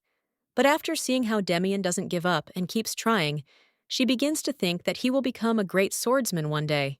Our heroine must not lose under any circumstances, so she must try even harder. This sword is forged from metal, but it is definitely lighter than the wooden ones she usually uses. It feels like it was made especially for her. A few days later, a friend asked what kind of letters he sends every day. I wonder what kind of girl charmed Demian Willow. Then he began to read that she had mastered the second swing of the sword today. When he came next time, he would show how to do it, since today she had mastered the second swing, then sharpened the sword. When he comes to the north, they will look after him together, because if the blade gets dull, it may hinder the improvement of skills. Russell muttered in confusion. What other fencing skills could she have? After which he stated that this meant he was going north during these winter holidays. Then, as if hinting, he began to say that, and where should he go on this vacation? But Demian pretended not to understand. Since he always went to warm places, he suddenly wanted to go to the north, because it was very interesting. Unexpectedly, Willow replied that they could go together, but there was one condition. When the guy told him everything, Russell summed up that the girl thought he was very fragile, held his sword poorly, and smiled like a fool. After which he laughed loudly, and added that all he had to do was pretend to make fun of him, and Demian began to think to himself whether he had done the right thing in allowing him to go with him. After Ryder calmed down, he said that there was no need to worry, because he would play everything well, and he could be trusted. Upon arrival at his destination, the young man began to assess the situation around him. Only 3 girls and 2 boys came out to greet them near the estate. Among the females, this one is too small, so she can clearly be excluded. Demian fell in love with is definitely one of these 2. I think her name is Celine Mars. If she has a last name, then it means that she is an aristocrat. It turns out that it is the pink-haired one. After which he said that it was an honor for him to meet her and kissed her hand. After this, the girl quietly said that she felt goosebumps running down her body, and the baby noted that it was true that goosebumps run down her body when you do something nauseating. Russell quietly asked what he had done wrong. Demian replied that it had been in many ways, because Celine Mars is that girl. Ryder said that this red-haired person looks like a commoner, so it turns out that he was sending letters to her. Regardless of what the children's first impression of Russell was, they treated him well, perhaps because they knew he was Scone's only friend. However, he belittled him and said that even in his team Demian was losing. Did he really want to ruin everything? The young man doesn't even know how to do this. What a sissy! How is this even possible? The uninvited guest from the capital behaved in such a way that it was difficult to call him a friend, so the children gradually began to frown. No matter what Marion's children played, he was always the best at everything, and so discontent inevitably accumulated. Although the one who was pretending did not understand it, it was becoming more and more difficult for the children to tolerate his arrogance, and only half a day had passed since their arrival. Bella asked if there was anything at all that this boy Russell had not played. Because he knows everything. At this time, Ryder suggested playing pancakes, and when he heard that Demian didn't know what to do, he exclaimed that how could he not know that? Our heroine immediately intervened in their conversation and said that she would teach the Duke's successor everything. This is a game where you have to throw stones into water so that they bounce back. The one whose stone bounces off the water the most times wins. Willow asked what her record for pancakes was. The little girl answered that it was 5 times, but in general, Johann is doing well. Russell was so absorbed in his role that he mockingly declared that he would definitely break her record today, because 5 times is just ridiculous, after which the young man threw a pebble, which bounced off the water 13 times. Then he turned to Demian and asked if he could do more, although he didn't think he could, since he couldn't do anything properly. Our heroine couldn't take it anymore, covered him with her body, and screamed that enough was enough. How much more could this go on? Out of resentment for the Duke's successor, tears began to choke her, but it was shameful to cry in front of everyone. Therefore, she simply began to run away towards the forest, and did not react when her name was called. Demian realized that something was wrong, so he asked where she ran, but the little girl did not answer, so he went after her. Bella's voice was heard behind Ryder, who hissed that they urgently needed to talk. After some time, Willow found the baby sitting near a tree. When he noticed a scratch on her knee, the girl explained that she had fallen. Demian was indignant that he needed to be more careful, because what would he do if there was a scar left? Then asked if there was something that happened that he didn't know about, or if it was because he wasn't doing as well as Russell. Our heroine replied that it wasn't because of that. She just didn't like his friend at all. Is Demian a fool or something? Why doesn't he do anything about it? He's not his friend if he says such nasty things. She is his night protector, and therefore wanted to wipe his nose. But he is doing so well, let her not bring him to play with them next time. The young man is such a good person, and Ryder does not understand this. The guy thanked her for thinking so. Then he sat down next to her and asked if he should stop being friends with him. The little one answered that he didn't need such a bad friend at all. Willow added that if she didn't like him so much, she wouldn't play with him anymore. At this time, Russell felt extremely uncomfortable under the withering glances and wondered if he was doing everything right, and when Demian would finally come back. The guys pressed him and said that you can't laugh at the Duke's successor, because he's his friend, even if he's better at something, and in general, Demian is a scone. Ryder didn't understand what kind of scone it was, but he did everything as the young man asked him to. Upon seeing our heroine, they immediately began asking if everything was okay. The girl apologized for running away, and if they were very scared. Bella immediately poked Russell in the side and angrily told him to start talking immediately. The young man began to carefully ask for forgiveness and say that he was wrong. Celine asked in what exactly? The young man added that he thought to himself that it was his own fault that he had been rude to Demian. The little girl asked whether he was apologizing from the bottom of his heart or whether it was just words. But suddenly, the Duke's successor interrupted her and said that it was too late. He decided that he did not want to be friends with him. Demian realized that he shouldn't be friends with those who treat him very badly and make fun of him. Bella immediately began to whisper to him to say exactly that very thing. The guy collected his thoughts and said that it wouldn't happen again, that she shouldn't be offended by him anymore, and that he should forgive him. The Duke's successor decided to consult with our heroine and asked how he should act in this situation. He thought to himself that he would like Celine to worry about him even more.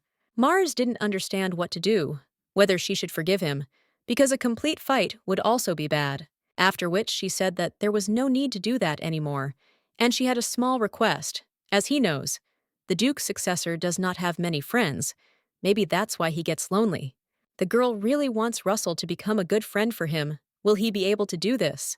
The young man was at first confused, but then replied that he agreed to this condition. During the entire winter holidays, he and Demian went to Marion every day. After the apology, the children began to treat him better. The games with them were completely different from those played by the children of aristocrats. In fact, he had a lot of fun. After some time, the guy asked how long he was going to continue lying. As Ryder understood, Celine would then become his night protector, which meant that sooner or later, everything would come to light. The young man asked what he was offering him. Perhaps he should say that he was a genius in swordsmanship, very strong, and in general, not what she thought of him. It is still too early for this. Let a little more time pass. He will tell her when he is absolutely sure that the time has come. Russell thought to himself that he thought it was better to tell her right now. She shouldn't get angry if he sincerely apologized. Just look at the reasoning of this cruel person. It was right after Demian entered the academy. His first impression of him had not changed at all. A dry and boring boy who was not interested in anything in the world. He knew how to be friendly when he needed to be, but he was not sincere and always drew the line. Although after the last winter holidays, the guy began to change. He began to pay attention to things that he didn't care about and said that the Northern Night School would soon be on vacation and let him tell him how to win the girls' favor. He also became interested in things he had not been interested in before. He began to value ordinary letters and a piece of glass as a treasure. The young man was convinced of this when he came here. Spring has come to the young man's soul. But as far as he knows, Baron Mars's mother was a commoner. He is a baron, but he has little influence in high society. And in the future, various families will try to marry their daughters to the duke's successor. And suddenly, the daughter of a village baron becomes a duchess. It will not be so easy. Besides, Celine is not just a young lady, she is also a future knight defender. Everything is very complicated. The young man asked why he was looking at him so strangely. They had already arrived, so they needed to get out. Already on the street, Russell said that he understood him, so let him hold on. The guy asked what happened. Ryder retorted that, "Is there a reason needed to support a friend?" After some time, Demian received a letter. Celine wrote that several years had passed since their last meeting. It seemed as if only yesterday she was invited to the Duke's residence in Caladia. All the guys from Marion are doing well. Johann, Where's Bella, and she, this year completed the initial course at the night school. They decided not to continue their studies in order to concentrate on continuing the family business. She also decided not to take the advanced course and joined her father's knightly order and is learning to wield a sword. In the snowy mountains near Marion, strange cries are heard more and more often. She has doubts that these are just the cries of the animals living there. She is also worried that a reconnaissance team is sent there every year. But it is of no use. The girl heard that he would be coming north for the upcoming holidays. She hoped that he would be in good health until they met. Our heroine was already 15 years old, and she asked in surprise when Demian had already managed to arrive. I noted to myself that he still had the same smile. How long will he continue to smile like that? The young man said that he heard that she was appointed head teacher again. How cool she is. After which he handed her the box and said that it was a gift for such a cool student. The girl asked what it was, maybe an elastic band or something like that, but the guy objected that it was not. Willow knows she's the kind of person who doesn't wear something like this because she's afraid of losing it. It's the new whetstone and oil for her sword. Celine last time said that it is very important to take care of the equipment. He was told that this oil was made by a foreign master. It does not leave moisture at all, so he thinks it will suit hers. Mars thanked him and said that upon returning to Marion, she would use it and share her impressions with him. The young man asked her if she had changed her sword, since it seemed she had been using it for a very long time. Our heroine replied that it suits her so well that it would be a shame to change it for any other. It even seems to her that the blade is becoming even longer, adjusting to her height. But this is impossible. She plans to use it during her apprenticeship, so she needs to take good care of his gift. Upon hearing this, the guy asked if this meant that she had entered the knightly order of Baron Mars. The girl replied that, yes, Celine had decided that she might not take the advanced course at the knightly school. It was very good in this educational institution, but he thinks that next to his father, he will learn more in swordsmanship. The young man decided to check just in case whether she would become his knight protector, because this status requires more than just waving a sword. In fact, he would be very sorry if whoever takes over this position does not take the advanced course, and if she has a chance to get a better education than in the apprenticeship with the Baron. What will she do? The girl asked if she would have such a chance, because she had said before that she had always thought that Caladia was the largest place in the world. But now she knows that there are many places in the world that are larger than this, and the same is true for her. The Mars family are the only aristocrats in Caladia, but there are many other barons outside. The only place she can get a better education than her father's is at the academy, but she understands that she cannot even dream of that. But there is no need to worry about it, because she is not upset. She is just happy with the opportunities she has. It's just a pity that when she becomes a knight's apprentice, it will be harder for her to see him like this. She likes learning fencing, but she does it because she wants to become a useful person for him. Then she asked if he was staying here during this holiday, since everyone missed him. The guy apologized and said that he needed to come back sometime next week because an urgent matter had come up. After some time, the man asked the young man if he was serious now. The young man responded by asking whether he really thought that Demian had come to him just to joke. Then he put some document in front of him and said that it was a statement of expulsion. The man immediately began to say that he needed time to think. The guy said that he hoped that he would make an informed decision. After some time, our heroine's mother asked why the professor had suddenly called her and whether her daughter had done something wrong. The rector replied that, on the contrary, the academy invites Celine as a student. Of course, he already knows that Lady Mars has decided not to move on to the advanced course. Then he showed the invitation letter and said that such a thing had never happened in the history of the empire. When asked how to pay for the tuition, the man explained that there was no need to worry, because it was free for students who had transferred almost. The woman replied that, as he had said, she understood that this was a once-in-a-lifetime opportunity, but they would not be able to buy a house in Red Brittle, and she doesn't want to let her daughter go to the capital alone. After which, she asked if they had more time to think about it. The professor said, until the end of the holidays. Our heroine's mother added that then they would think about it carefully and tell us about their decision. A little later, the girl thought that if she went there instead of becoming a knight's apprentice, she would definitely receive a better education there, and it will bring more benefit to the duke's successor in the future. She should clearly accept this offer. But there is no dormitory there, because only aristocrats study at this academy. Although housing prices in the capital are low, it does not want to burden anyone. If she knew someone who was studying at the academy, she could ask. And suddenly, something dawned on her. After a short period of time, the young man read a letter from someone. The Duchess asked why her boring son was in such a good mood, and the boy responded by asking if they had a spare room. When Mom answered that there were many of them, the guy said to order the best one of the free ones to be cleaned. The woman lazily asked why. Were they really going to have any important guests? Celine to join them, since she had received an invitation to the academy, but he was hesitant because she had nowhere to live. Baron can't buy a mansion in Red Brittle, but even if he buys it, they don't want to send Celine alone. Then the Baroness will have to come with her. But she herself knows very well how sad it is to live at a distance from a loved one. The woman was surprised to herself that she did not think that he could think about such a thing.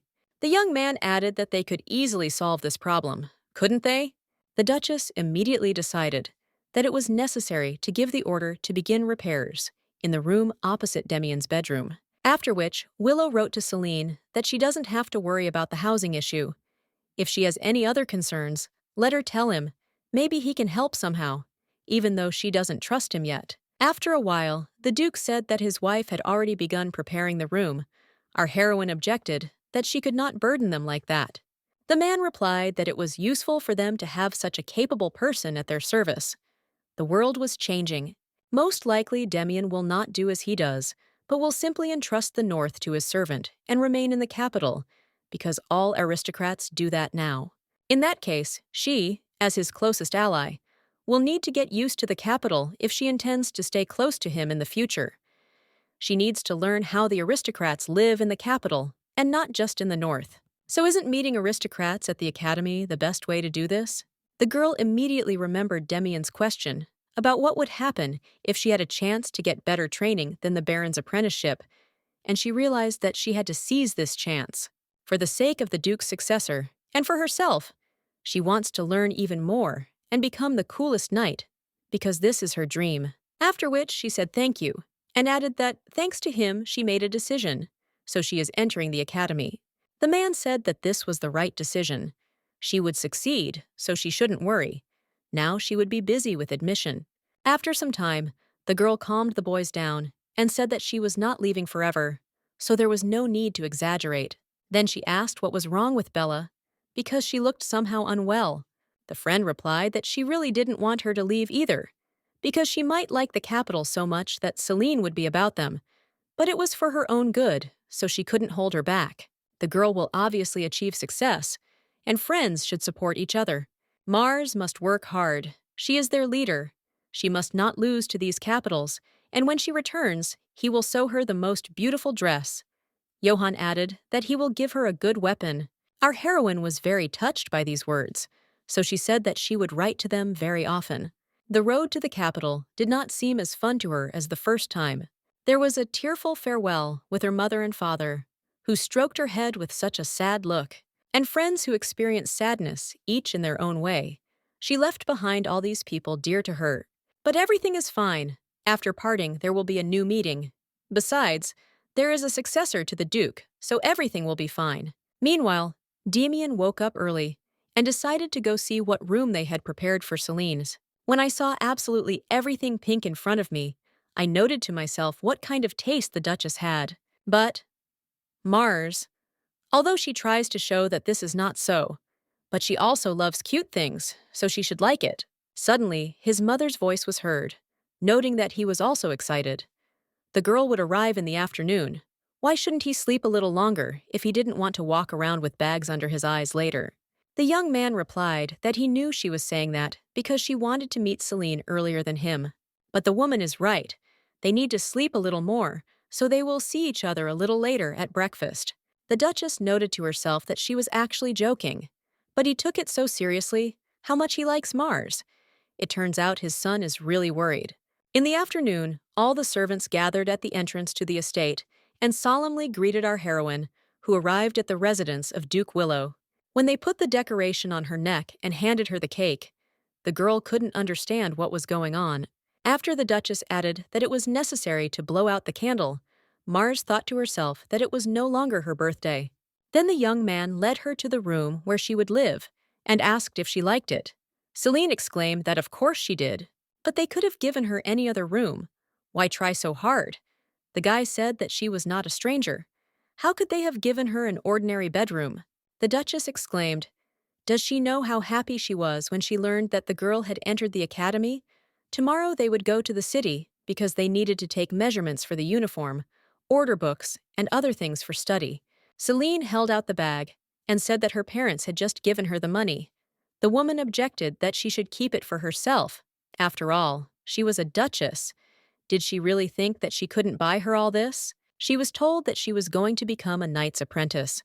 Despite the baron's urging her to take advanced courses, the girl overcame her stubbornness and left her homeland to become a more skilled assistant to her son. So does she really think that buying things for her will bring any inconvenience?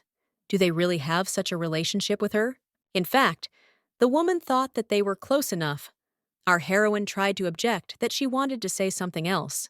The woman added that it was a joke, but she had already decided that she would give her everything she needed to study at the academy. How about spending the money her parents gave her on gifts during the holidays? It seems that Mars is worried because she is separated from her parents and friends for the first time. She understands this very well, since she is constantly separated from her husband. There is no need to worry too much, because she will definitely meet many good people. A little later, the girl noted that in the night school, there was no need to wear such a good uniform. But now she felt that the truth was in the capital. Suddenly, there was a knock at the door, and Demian said that he came to wake her up, as he was worried that he would oversleep, and she had already gotten up. Celine was indignant. How could he say such a thing? Because she had never slept late in her life, the guy thought to himself, who then played with him until night every year during the summer holidays and then slept until lunch. Then he asked how she was in general, if she was afraid, because she would have to spend whole years with those she would meet for the first time. For her, it would be an unfamiliar environment, so he was worried. The girl replied that there was no need to worry, because improving relationships was also her job. Let the elder Demian Willow please take care of her in the future. When the young man was giving her a tour, our heroine asked who used the top of that tower. Demian replied that it seemed like no one, because it was hard to climb up to the 30th floor. The girl noted that it sounded like doing a full workout. The young man replied that the residents of the capital do not care about their health as much as she does. Nowadays, few people use the tower, except for the first floors. They say that research is conducted there to create new materials, but among the capital's nobility, there are few students who choose a career in this field. He also heard that the assistants' rooms would be moved to the tower. The girl said that if she became a professor's assistant, she would ask for a room on the 30th floor. The curriculum here includes no more than 1/10 of the physical training taught in the night school, which means that you won't develop fencing skills here unless you put in the necessary effort yourself. The young man asked if she meant that she would climb up to the 30th floor instead of training. Celine exclaimed that this was exactly it. Then she added that she would go to the auditorium. Demian was surprised, because there was still a lot of time left. Our heroine replied that she needed to take out her books and prepare for the lesson before the teacher arrived, so she could concentrate better. The young man shook with laughter, and the girl asked what was funny.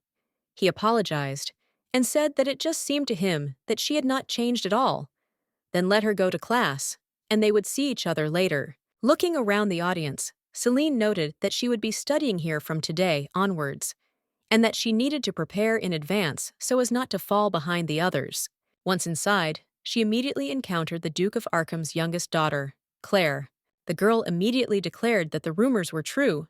Could she really be that famous student who was transferred?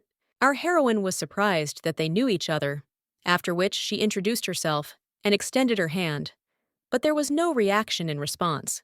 Instead, the girl just laughed and didn't say anything to her at all. Meanwhile, Russell said that he didn't think he would arrive so early. Demian explained that he was showing Celine the academy. His friend was surprised that it was really necessary to do this right now. Seeing some papers on the table, Ryder asked what it was. The Duke's successor explained that it was personal information about the children of aristocrats who were studying in the Mars class. When asked why he needed this, the young man replied that how could he possibly not care about the girl at all? Russell grabbed his head and said that she would be fine anyway. Where did you see such a thing? That a village girl was transferred to the academy, and now she's hanging out with the younger Duke. Because of this, a lot of girls will be jealous of her. What is the guy even going to do about it? Besides, the daughter of the Southern Duke will feel competition towards the girl from the North. Willow objected that there was no need to worry. It was unlikely that something like that would happen. Celine would not just endure it anyway. Ryder said that this was the problem. What if she did something to Arsim's daughter after hearing some offensive words? This situation began to worry them a lot, so they decided to go to her class right after the lesson. There they saw a dirty girl who was surprised that they had come to her. A few hours ago, our heroine thought that she felt less rejection than expected, but no one approaches her. She knew it would be like that. Perhaps this is the very aristocratic ability to conduct oneself in society. Suddenly, a bird flew into the auditorium, and someone started shouting that the manager needed to be called. The white dove was beating against the window and could not get out. While one of her classmates was panicking about what to do now, our heroine headed towards the bird. Celine took her in her arms, closed her eyes, because they calm down if you do that, and said that everything was fine. The girls were amazed that she was so fearless and not afraid, because it was really cool. After class, she told the Duchess everything, who replied that she would very much like to see this cool act in person. When asked if there was anything else interesting, Mars replied that Demian, who saw them having fun in class, said that he would take her bag and let her have fun, and left. She also heard that many people at the academy are interested in fencing. She wants to train with them in her free time.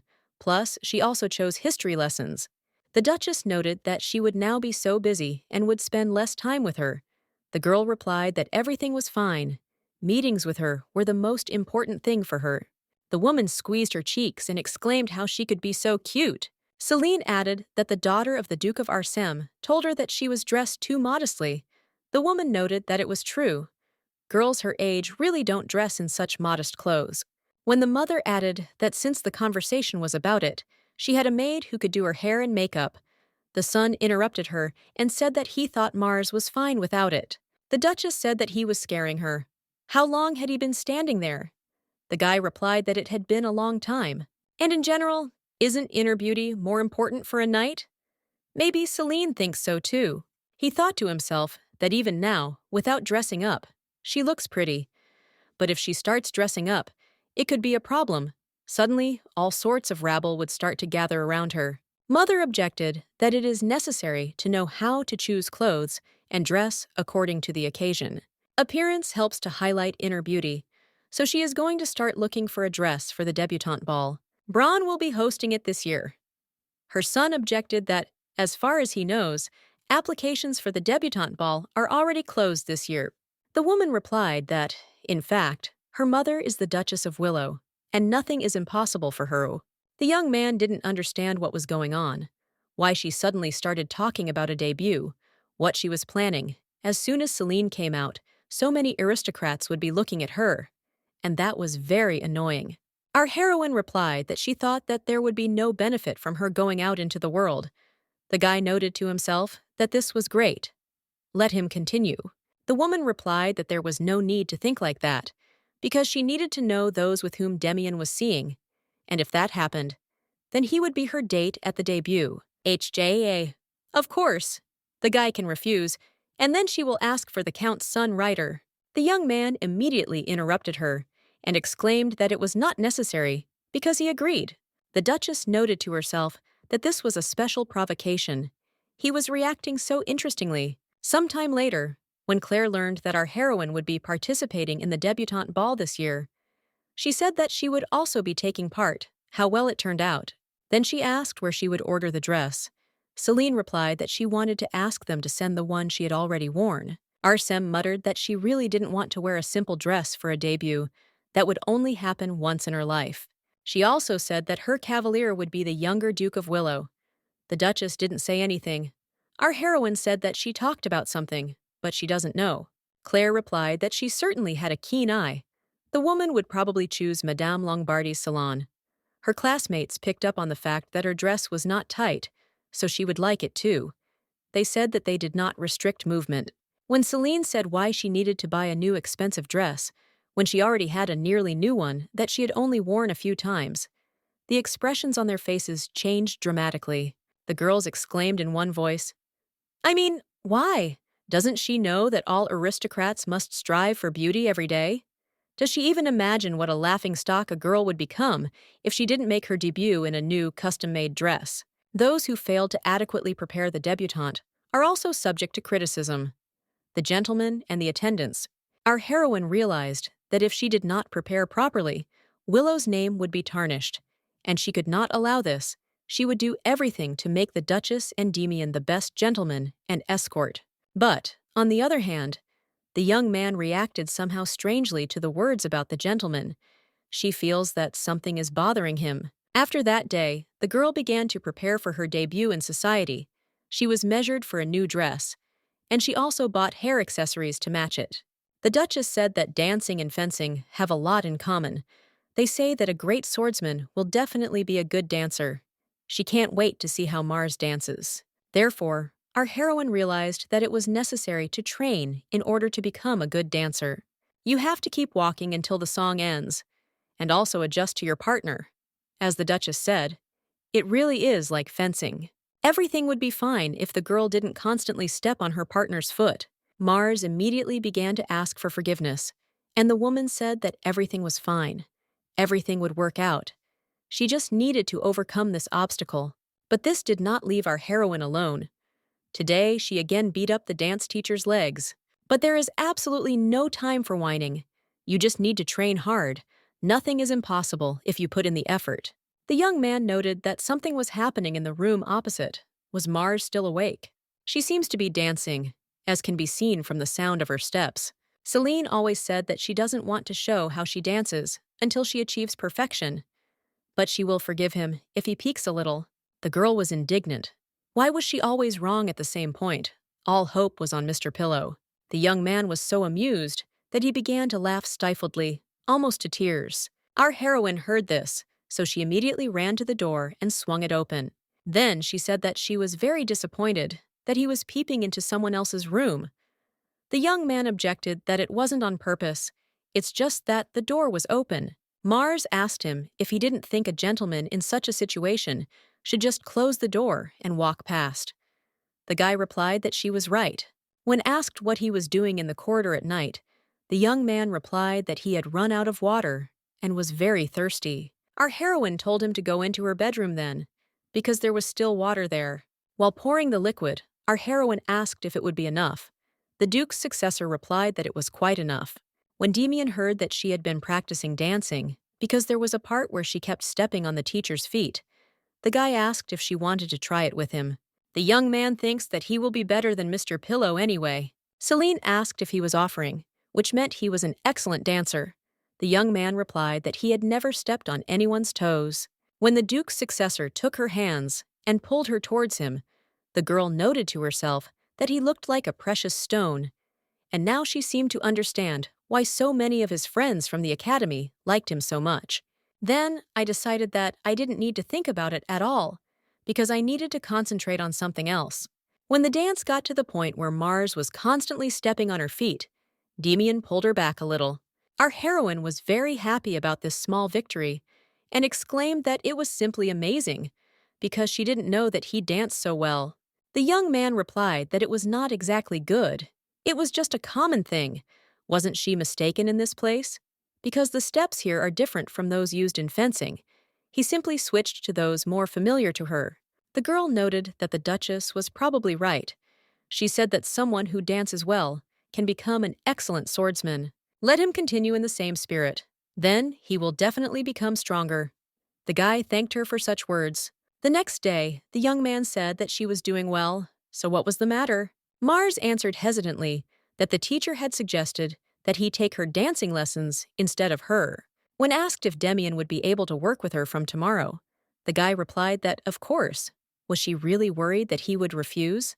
When the young man added that they would see each other a little later, the girl noted to herself that she had thought so, but she couldn't say it because she was worried that she would feel the same tickling feeling that she had had yesterday. After some time in the studio, our heroine noted that this dress was very comfortable. The woman explained that this was the same long Barty dress. Celine said that this dress was much lighter than the ones she had in the north. The seller explained that the frame of the petticoat was made of thin wire, which makes it strong, and also light. I thought to myself that it was difficult, since the Duchess had strict requirements. It was necessary to take the best fabrics, but to keep the decorations to a minimum. It is uncomfortable for this child to wear such things, so let it be beautiful, stylish, and comfortable. Then she added that since she had clear skin, she thought that she didn't need to decorate the dress with frills and ribbons, but she couldn't even imagine that it would suit her so well. Celine replied that she would wear dresses more often if they were all this comfortable. The Duchess looked at all this and came to the conclusion that she really needed to hire an artist tomorrow. Such beauty simply must be shown to her parents. Unfortunately, they will not be able to attend, but they would be very happy to know how charming their daughter looks. If they start working on the portrait tomorrow, they will have time to send it before the ball. Our heroine asked if she could take this dress with her to the north during this vacation. The woman replied that, of course, it now belongs to her. She wants to wear it in her native land or something. Celine replied that there is one person she definitely wants to show this outfit to. The Duchess was taken aback. Who was she going to show it to, judging by her expression? It was definitely not her parents. Could it really be some guy? What should she do now? Although the son does not talk about it, it is clear to everyone that he has feelings for the girl. Moreover, in fact, she would accept them with open arms if it turned out that they would eventually fall in love with each other. But the problem is in Mars. Demian is already 19 years old, the age when it is time to get married, and he is also the heir of the Duke. Apparently, he himself understands everything. If he confesses too hastily, then their current relationship will be impossible to maintain. But the woman will not blindly take his side and support him, even though she often laughs at his reactions. The Duchess really wants Celine to be happy. As a knight, she is filled with pride and a sense of duty to her role. So much so that she swore that she would not enter into such a relationship with Demian, no matter how young she was then, considering Mars's character. She most likely said this seriously. Suddenly, the seller herself asked if the person she wanted to show this dress to was by any chance her lover from the north. Our heroine immediately exclaimed that no, she was not in a relationship with anyone. This is a childhood friend. She is just going to open a studio in Mariandito, and she loves clothes.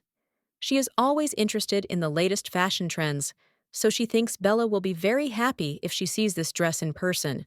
The woman smiled and said that she had no idea that she valued her friends so much. The girl replied that of course, so it was definitely not a lover. Among her childhood friends there are guys, but she definitely doesn't have any feelings for them. The saleswoman went off somewhere, asking along the way if she could give one book to her friend as an apology. This is the edition that she read in her youth. She also promised herself that she would open a studio at about her age. So there is a similar person in the North. Mars clarified whether she really wants to give such a valuable book. The woman replied that she wanted to become the owner of the best studio in the capital, but she remembers being so confused because she didn't know how to learn everything, so she hopes that this publication will be useful to her friend. On the way home, the Duchess noted to herself that it meant she didn't want to show off this outfit to a guy, after which she said that now she doesn't think about it, but when she grows up a little more, she will fall in love, like all people. Let him just promise that he will tell her, and she will help as much as she can. When they return to the mansion, the woman will send Bella a book with a letter. As soon as the hired artist completed the portrait, Celine received a reply letter. Bella thanked her for sending the book and said that it contained a very interesting history of fashion. And besides, the notes left by Madame Lombardi proved very useful. Now she had a more specific goal. There are differences between the capital and the north, from the climate to the lifestyle. So even if you follow the trends of the capital, these clothes still don't suit them. So she decided to create her own northern style. In this way, she would force people all over the country to follow this fashion. She sent a belt along with the letter. If this accessory matches her dress, then let her use it, even though the outfit is already ready. Therefore, I immediately asked if it was possible to replace it. The woman said that she would sew on the one that was needed without any problems. After reading the letter from her friend, Mars also decided to do everything possible to fulfill her task, and in the end, everyone worked long and hard to make this once-in-a-lifetime chance the best moment of her life. After a short period of time, the dress was completely ready, and the long-awaited ball was rapidly approaching. Many people came into her room from early morning, and she could not even have a normal breakfast. The maids asked what kind of hairstyle she would like. The girl answered that perhaps loose long hair. Hers is very curly, so she had never styled it before. The maids immediately grabbed their combs and told her to sit still for a while and not move. Damien, who was watching all this, thought to himself that Celine could look cute without all this effort. It was a shame that she was being tortured like this since the morning. Suddenly, our heroine ran up to him and asked how long he had been waiting for her here. Then she asked why he was looking at her so strangely. Was there something wrong with her? But the guy replied that it suited her very well. Mars replied that she just had her hair straightened. But everyone was immediately so happy. The Duchess admired how beautiful she was. She looked just like a real aristocrat. Already in the carriage, the woman said that she was very excited now because she had become her escort at the debut, which only happens once in a lifetime. This is what the weight of obligations does to her. She hasn't felt this for a long time. Let her listen carefully. A large number of people participate in the debutante ball. Does she remember the list of guests that she showed her? Celine replied that, yes, she had learned all the names that were written in it. When the Duchess added that they had come to this ball most likely to find future spouses for their children, our heroine exclaimed, the woman explained that in the capital, nobles get engaged at a relatively early age. If she meets someone worthy at the celebration, she should just tell her. It is not necessarily the one she wants to marry, he can tell her, even if he just feels sympathy. Then she will accompany her and find out whether he is a good person or not. The young man objected that, in fact, even he was not engaged yet, and she did not need to worry about the marriage of Celine, who was younger than him. Mother replied that Damien was right, and besides, she had never thought about it. Didn't he know that among his peers, there were almost no people left who had not yet gotten engaged, and the sun was already late. Instead of speaking for others, let him look for someone he likes. After some time, the boys arrived at their destination and walked arm in arm. Claire immediately appeared and exclaimed that her hair looked absolutely beautiful. She couldn't even imagine it. What a surprise. And in general, this outfit suits her very well. Doesn't she want to dress like this more often? Our heroine thanked her and said that she looked good too. Then the girl switched to her companion, and they began to get to know each other. The guy added that he heard that she was a close friend of Mars. Arsène thought to herself, why is this vile snake hanging around Celine and not leaving her side for a single step? He hides his essence well, but you can't fool her. The young man is so sweet, He speaks with a smile on his face, but in reality it's all a lie. Demian thought to himself that she was beating around Celine every day, either shopping together or doing homework together. Why was she bothering her? Because of this, he couldn't spend more time alone with Mars. When her friend said that she had come today with her brother, our heroine noted that she knew his name and had heard that he was a promising student at the academy. Claire replied that yes, it is because, unlike her eldest brother, who will become a duke, or her middle brother, who works as an official, the third brother, Evan Dot, has more free time. When she added that she would like to introduce him to her, the guy intervened in the conversation and said that Celine could not go that way. She should know the rule that debutantes cannot greet other guests without an escort. My friend was outraged. What impudence! This is not just a guest. She wants to introduce Mars to her family. The young man retorted that, although they were her relatives, he was Celine's cavalier and wanted to prevent situations in which her reputation could be tarnished. After which, the young man grabbed her hand and began to literally drag her in the other direction. When they had walked some distance, our heroine asked him to let go of her hand. Demian apologized and asked if she was hurt. The girl thought to herself that it was the first time she saw him speak to someone so rudely, so she asked why the Duke's successor had just behaved like that. The young man thought to himself, because he could not allow her to meet someone she might like. But he replied that a debutante ball happens once in a lifetime. The reputation created here will last a long time. Does she remember what her mother told her? There are many people at the ball who came to find matches for their children. Did she think about what people would think if she met one of the men without her boyfriend's accompaniment? Our heroine answered that no. Willow added that he just didn't want people to be mistaken about it, even if it was unwise. He couldn't help but intervene. I thought to myself that, in fact, introducing a friend to a family member is not such a big deal. The girl replied that she had not even thought about the engagement. So how should she behave at the celebration so that no one would misunderstand her, and no misunderstandings would arise? The young man replied that it was necessary to stay close to him and not go anywhere. Demian is her boyfriend, so this will not cause any misunderstandings. Our heroine asked what to do then with what the Duchess had said. The guy said that he thought she was setting the engagement for the following month, even if she mentioned someone in passing. Russell approached them. He immediately asked what she did to straighten her hair like that. The girl noted that he had also come, so he would go get some drinks for now. The guy said that he would go with her, but our heroine objected that she would quickly go and come back. When she had gone, Ryder said that people were whispering that the young Duke of Willow and Miss Mars were getting on very well, and that he would not let any of the young men near her. The young man follows her everywhere, like a little tail. Even the Duchess was indignant. Wasn't it too much? Plus, she drives away all men who try to talk to her with her smile. The young man noted that this was great. They would all stop approaching if they understood what was going on. Russell asked if she couldn't at least dance with others. Usually partners change when the song ends. When Demian replied that everything was fine, Mars would not dance with anyone but him. His friend asked him what he was even planning, whether he knew that this could start even stranger rumors. Suddenly, our heroine appeared with drinks and asked what they were talking about. Ryder immediately asked if she was going to spend the entire point only with Demian. The girl replied that, of course, it was enough for her to have him next to her. Then they went dancing, and the guy said that now, when the song ends, everyone will change partners and so on every time a new one starts. After which, he whispered in her ear that she should still dance only with the young man. When Celine agreed, the Duke's successor asked if she doubted his words. Mars did not understand what he was talking about. The guy immediately began to explain that she was simply much better than him.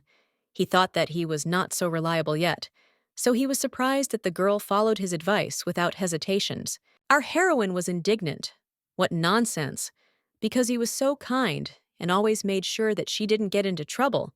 So how could she doubt the words of such a person? Although she is better than him in fencing, he understands social life much better than she does. Our heroine should be grateful that he helps her, so that she does not make mistakes. Demian thought to himself that Celine, like Marianne, was very popular in the capital. Not only her red hair naturally attracted attention, but also her honest character, as well as her persistence in achieving her goals. Such a pure and sincere girl could not help but please the high-ranking aristocrats, and perhaps that is why at some point he began to feel thirst faster than pride for her. In the future, even more people will treat her favorably, and then what will he do if she chooses not him, but someone else? Willow is actually a broken person, and he can't just watch it and do nothing. The guy is going to win her over with his strength if he can't do it with his feelings, but he needs to hide these dark thoughts to avoid getting caught. The young man hopes that she will never find out about them, because he wants to remain a good person for her, and then, one day, she will also accept his love. She just needs to behave as usual, because he himself will make sure that everything works out. The next day, when Claire burst into the classroom, the girl noted that she was early today, since she usually came a little later. A friend approached her and asked if it was true that she had only danced with the young Duke of Willow yesterday. Celine replied that, yes, what's the big deal? Archem was indignant that the young man was a cunning snake.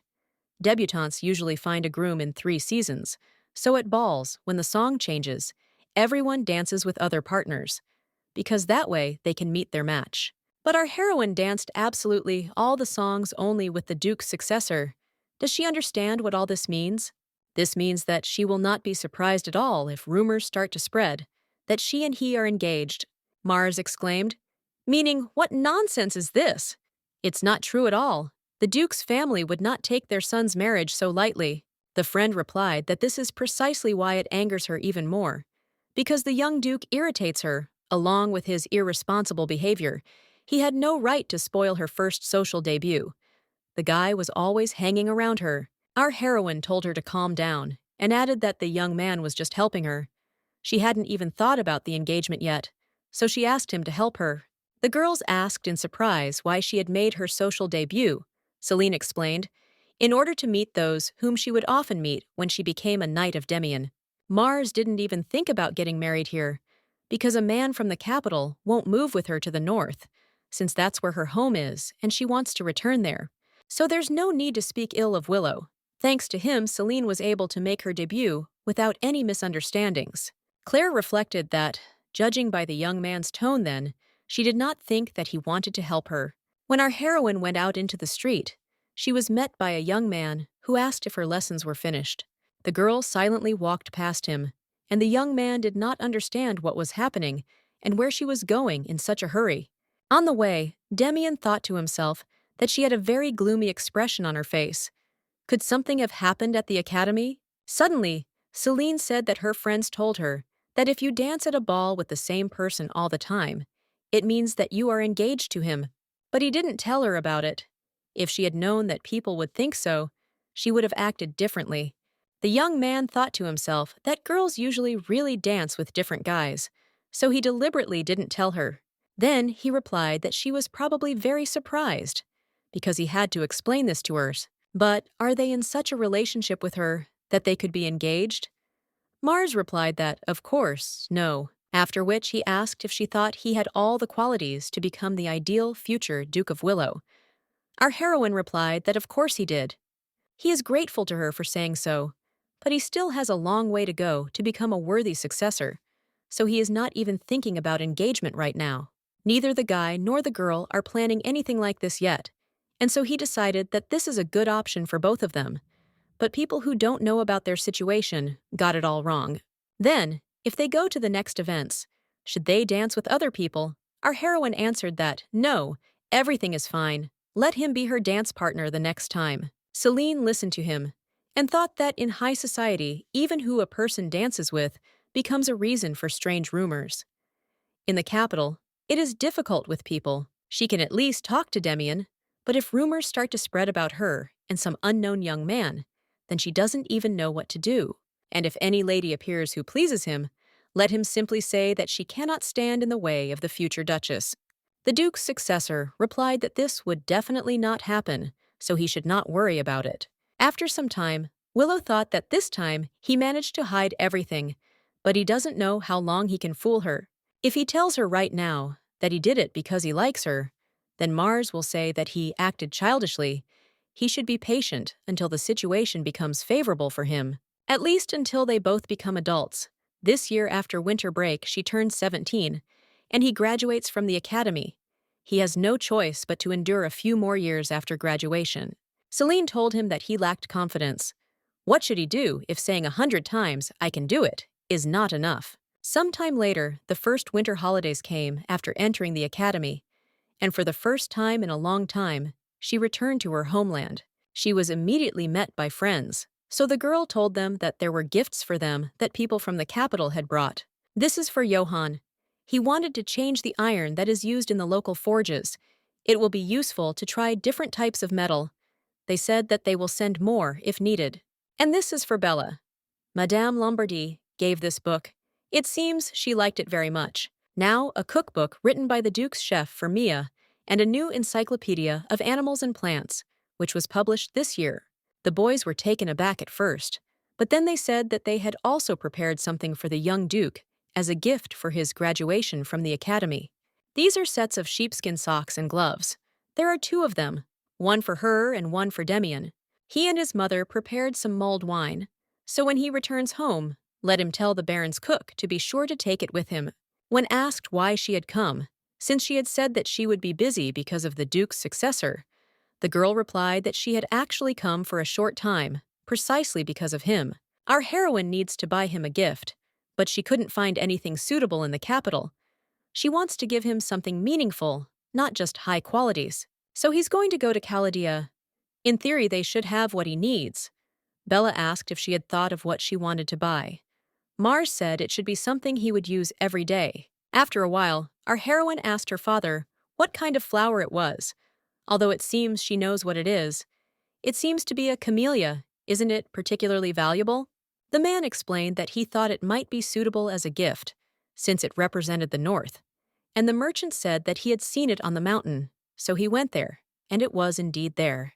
The daughter asked if he was okay, because she had heard that strange roar could still be heard in the mountains. The Baron replied that there was no need to worry, since he had not climbed very high up the mountain before he found it. When our heroine looked at the flower, she had some strange feelings. For some reason, she felt as if she were remorseful in front of it. After a while, our heroine said that it seemed to her that they had already gone around a dozen places, but nothing suitable was found. Who would have thought that choosing a gift would be so difficult? Bella exclaimed. Of course, she chooses so carefully. At one moment, it seemed to her that it was too ordinary. At another, it seemed that this pattern would not suit him, even if it was a gift for the young Duke. It was time to compromise. Celine replied that she just wanted to give him something more meaningful. Her friend asked if she was dating him by chance. When Mars' jaw dropped to the floor, the girl immediately said, "Okay, just don't make such a weird face." Just anyone would think so if they saw a 17-year-old girl so carefully choosing a gift for a guy. Our heroine asked, what about her? How things are going with Johann in general? Bella immediately said that she didn't understand what she was talking about, but our heroine asked her not to pretend. Everyone except the 2 of them already knew. They said that they would be a wonderful couple. The girl sighed heavily and replied that she didn't argue. Johann was just a great guy. But that's exactly why she wasn't going to date him, because he was a very dear friend to her. If they suddenly start a relationship, and then they quarrel and break up, then she will lose both her friend and her lover in an instant. She is already sad that Celine left for the capital, and if Johann is not there, it will be too cruel to her. Mars stood up and asked her to wait a bit, because she wanted to go back to the shop where she had seen something interesting. Bella said that she wanted to go too, but she objected that she was wearing heels. Her feet were probably already hurting, so let her rest. Her friend watched her go and thought that it was in vain that she was constantly worrying so much about trifles. On the way, the girl thought that she could not even imagine that Bella was so worried that she could lose both her friend and her lover, in which case she needed to buy a gift for her too. Our heroine saw beautiful cufflinks in the shop window and realized that they would suit him perfectly. When Celine entered, the young man asked how she got into this room. Mars explained that she wanted to buy the thing that was there, but the guy interrupted her and said that he was not asking about that, but about how it got there. Our heroine replied that she opened the door and entered. What kind of question is that? In any case, please let him just sell her what is on the display case, because she really wants to buy it. The stranger replied that if she meant cufflinks, they were not for sale. Celine replied that she was ready to pay any amount. The young man asked, in the sense of any money, if she knew how much it might cost. Suddenly, he came close to her and looked at her carefully. The girl asked what he was doing at all. The young man laughed and exclaimed that now everything was clear to him. Our heroine thought to herself that he was somehow strange. The stranger stated that she lived somewhere nearby. Celine replied that yes, but now she was studying at an academy in the capital. The guy said that, okay, the owner of these cufflinks hasn't shown up anyway, and since it's fate, so be it. He'll sell them to her.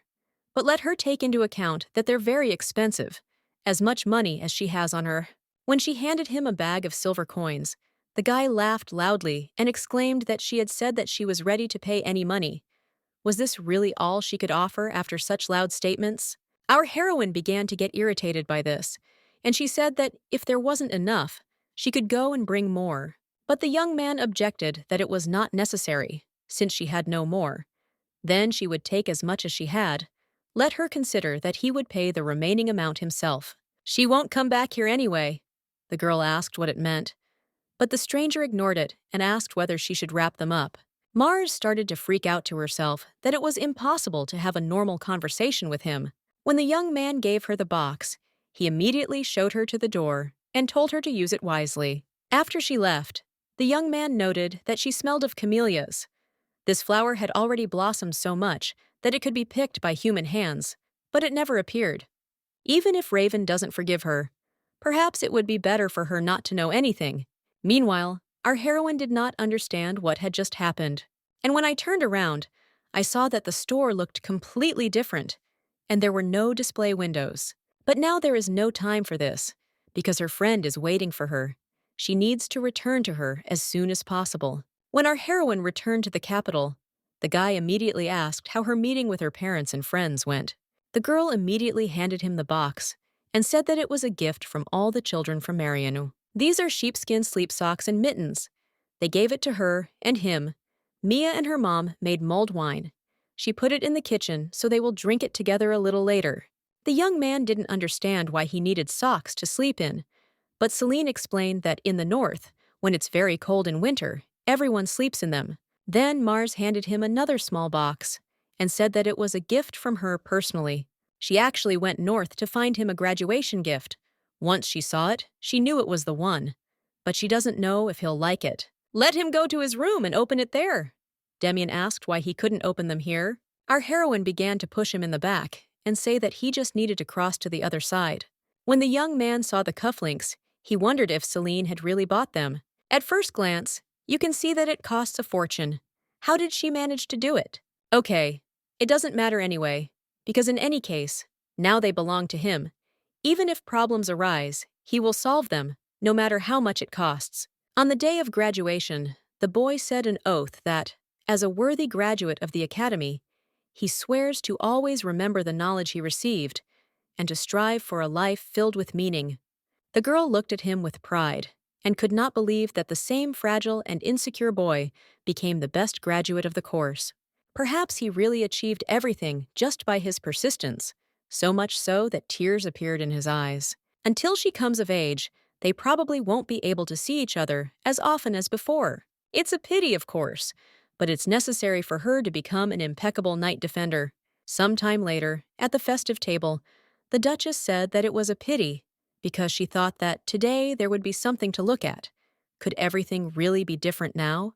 There is a legend that if you give a graduation ring to someone you like, their love will be mutual.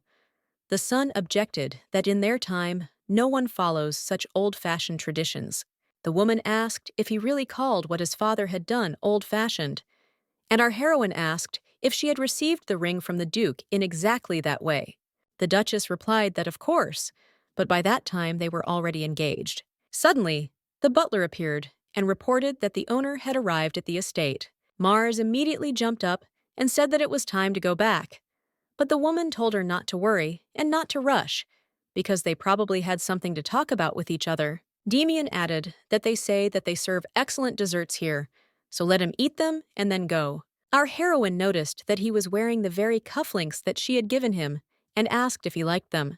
The young man replied that of course, so now he will only wear them. Celine objected that this is not possible. Bella said that each outfit has its own jewelry. Wouldn't it look weird if he wore the same cufflinks? When Willow asked what kind of jewelry she liked, the girl replied that she didn't have any particular preferences. But if I had to choose, then her decoration would of course be a sword. Nothing suits a knight defender in ceremonial uniform as this weapon, the young man thought to himself. Perhaps he should order her a sword that is decorated with precious stones. But suddenly, she added that, if we were talking specifically about jewelry, then most likely it would be a ring. When our heroine gets married, she will definitely wear a wedding ring. Even when my father fought with swords, he always wore a wedding ring on his left hand. Seeing this, the girl decided that she would also always wear it, if she had a loved one. Suddenly, the young man said that he had thought about her words, then held out the box and asked if she could take care of the ring. Our heroine's jaw dropped in surprise again. She didn't understand what was happening at all. Demian added that after their conversation, he wanted to give a prom ring to the one he marries. But as she knows, Willow doesn't take very good care of her things. The girl replied that, okay, she would keep it and return it to him when the time came. The guy asked what would happen if her husband suddenly found him and misunderstood him. Celine said that he would probably start a family soon. The young man replied that the fact was that he had not yet been proposed to, and if she married before him, people would say that the knight had surpassed his master. The girl first asked him not to talk nonsense, but then added that, in that case, until he found himself a bride, she would reject all marriage proposals. Our heroine said that she is not even thinking about marriage yet, so everything is fine. But she hopes that the owner of this ring will be found soon. Let him not worry so much, because his destiny may be very close. The Duke's successor replied that he thought so too, that she could always be much closer than they thought. Some time later, at the Duke's estate, our heroine noticed that her father had some wounds on his face. The man explained that he had simply fallen off his horse. Damien, looking at the plant, asked what it was. The Baron explained that it was a rare flower called camellia. The man was lucky enough to find it during a hike in the mountains, so he really wanted to give it to him. The guy replied that he would definitely save it, put it in his room, and admire it every day. Mars asked if she could come sometimes to look at this flower. The young man replied that, of course, she could come whenever she wanted. Her father immediately made a remark that it was impossible to just enter the room of the young duke, but his parents replied that everything was fine because they were just friends, so why couldn't they visit each other? The young man also added that this does not bother him at all, because Celine has never bothered him. Then the Duchess said that it was time for them to go upstairs. Let them leave the adults alone, because they needed to talk. On the way, Demian said that, even as an adult, for her he is still a child. The girl said that it had only just dawned on her that she would now be all alone at the academy, since the gentleman was about to inherit the title of Duke, so he would certainly have a lot to do. She also heard that Russell would be working in the House of Lords. The guy replied that it was true. Uriaf Ryder is the current chairman of this organization. Then the guys wished each other good night, and our heroine added that she once again congratulated him on graduating from the academy. 2 weeks later, before classes began at the academy, Demian noted that the flower did not fade for quite a long time. By the way, will our heroine make it on time at all? And will she be late by any chance? Mars immediately realized that she needed to run and wished her a good day before leaving. Near the educational institution, the girl thought that nothing had really changed, but there was no master here anymore. Maybe because of this, the academy seemed different to her, and she felt someone's gaze on her. Then she began to turn her head in different directions, but she didn't see anyone next to her, which meant it was from somewhere far away. Then she turned her attention to the tower and muttered that she thought someone was looking at them from there, but the lesson was starting soon, so she had to go. After classes, our heroine was still uneasy. Perhaps someone suspicious had gotten in there. It seems that the last floor is the 30th, so you will have to work hard. Suddenly a voice was heard asking who it was. Turning around abruptly, she saw a young man and asked what he was doing there. Then she noticed his clothes and asked if he had really done it. The young man muttered that he had been discovered. The Duke's successor will work here as an assistant for 3 whole years. Mars immediately asked what floor his room was on. The guy replied that it was at the very top. After which, he repeated her words that a high tower is an excellent place for training. A few hours ago, a servant told him to follow him so that he could be shown to his room. By the time they reached the very top floor, the young man almost lost consciousness and handed him the key so that he could open the door. This key is quite exquisite. They say that it has been passed down from generation to generation since the founding of the academy, so he should try not to lose it. Damien asked if there was a spare one at all, but the young man replied that even if an exact copy were made, the door could only be opened with this one. Scientists assume that these are the remains of ancient magic. Looking around, the Duke's successor noted that for a room that had not been used for a long time, it was in fairly good condition. The assistant said that he heard that he had already discussed it with the rector. But was he sure that he wanted this one, since it was so high up? Willow replied that everything was fine. He liked it, and was more than satisfied. The young man immediately took his leave and said that he would go then, and if he needed anything, he should ask. Sitting down at the table, the young man noted that there was not a speck of dust around, and everything looked very expensive. I wonder who lived here before. Taking the book in his hands, the guy stated that it seemed that two people used this room, Crow and Camellia, after which it dawned on him that the flower that the Baron had brought had exactly the same name. In fact, the Duke's successor was worried about something else. This stone on the key seemed very familiar to him, but this can't be the same stone that he bought in Chaldea, because this key has been here since the very foundation of the academy. Perhaps this is just a coincidence. To begin with, it is necessary to put a clock here, so that he could meet Celine after classes. I wonder when they will end. After some time, Claire asked in surprise why and for what reason the young Duke became an assistant. Mars answered that she did not know for sure, but perhaps he decided to devote himself to science. The girl objected that if he was from the Willow family, then he had enough to do in the House of Lords. Arsum added that the Duchess was probably against it. Assistants are usually those who want to become teachers. Why should a person who is about to inherit a title spend 3 years on it? His friend doubts that he can handle this job, but our heroine objects that he will succeed, because Demian is very responsible. She thought to herself that it meant that the gaze she felt on herself belonged to him, but it seemed to her that this look was somehow different, as if something was calling her. Several days had passed since then, but she still felt that gaze. Perhaps she was just too suspicious. Claire came to the conclusion that if she had this feeling that did not go away, then the Duke's successor seemed to be watching her all day instead of working. Our heroine smiled and replied that he really was working, because today he had gone to the House of Lords on business. Then it dawned on her that the gentleman would return only after the session in the chamber, which would end later in the evening, and now it was only lunchtime, after which she immediately told her friend that she needed to go somewhere, so she would go ahead. Climbing the stairs in the tower, Celine thought that 30 floors were no joke. It took a very long time to climb. Did he really do this every day? Seeing the door in front of her, she realized that she felt someone's presence inside. If it was not Demian, then who was it? She kept feeling that someone was calling her, so she asked Willow for forgiveness just in case, and said that she would come in for a moment. But when our heroine began to pull the door handle, it turned out that it was locked. They said that there is only one key to this room, and it is impossible to copy it. What to do? You can't break the door, so you need to come up with something else. Then the girl felt that she had something in her pocket, so she put her hand there. To her great surprise, it turned out to be a key with a pink stone in the middle. She could not understand how long she had it. When she decided to turn it in the keyhole, there was a characteristic click of the front door opening. The girl was very scared, but she overcame herself, opened the doors, and asked if there was anyone there. Suddenly, our heroine began to feel pressure. Everything around her seemed to be shaking.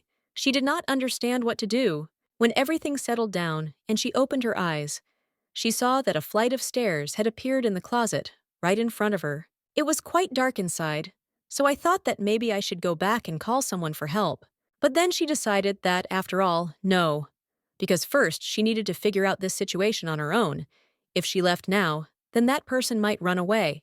Celine noted that the stairs are not that big, so in theory, it wouldn't take long to climb.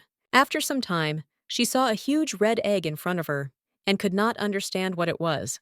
Meanwhile, Claire approached the Duke's successor and asked if he had seen Mars. The guy replied that he had just returned. So no, what happened? The friend immediately exclaimed that our heroine had disappeared somewhere. She said she had to go somewhere during lunch and left, but she hasn't been anywhere for several hours. When asked if they had checked all the places where she might have been, Arsem replied that they had gone everywhere. Celine mentioned that she felt someone's gaze on her. Perhaps she had been kidnapped. The girl said that this look was coming from the tower, but it was unclear who exactly it was. The young man immediately said that they would go there now. Demian was very angry. It couldn't be that the Capital Academy had such weak security, but now was not the time for that. The main thing was that nothing happened to Mars. When the young man approached the door, he noticed that it was not closed.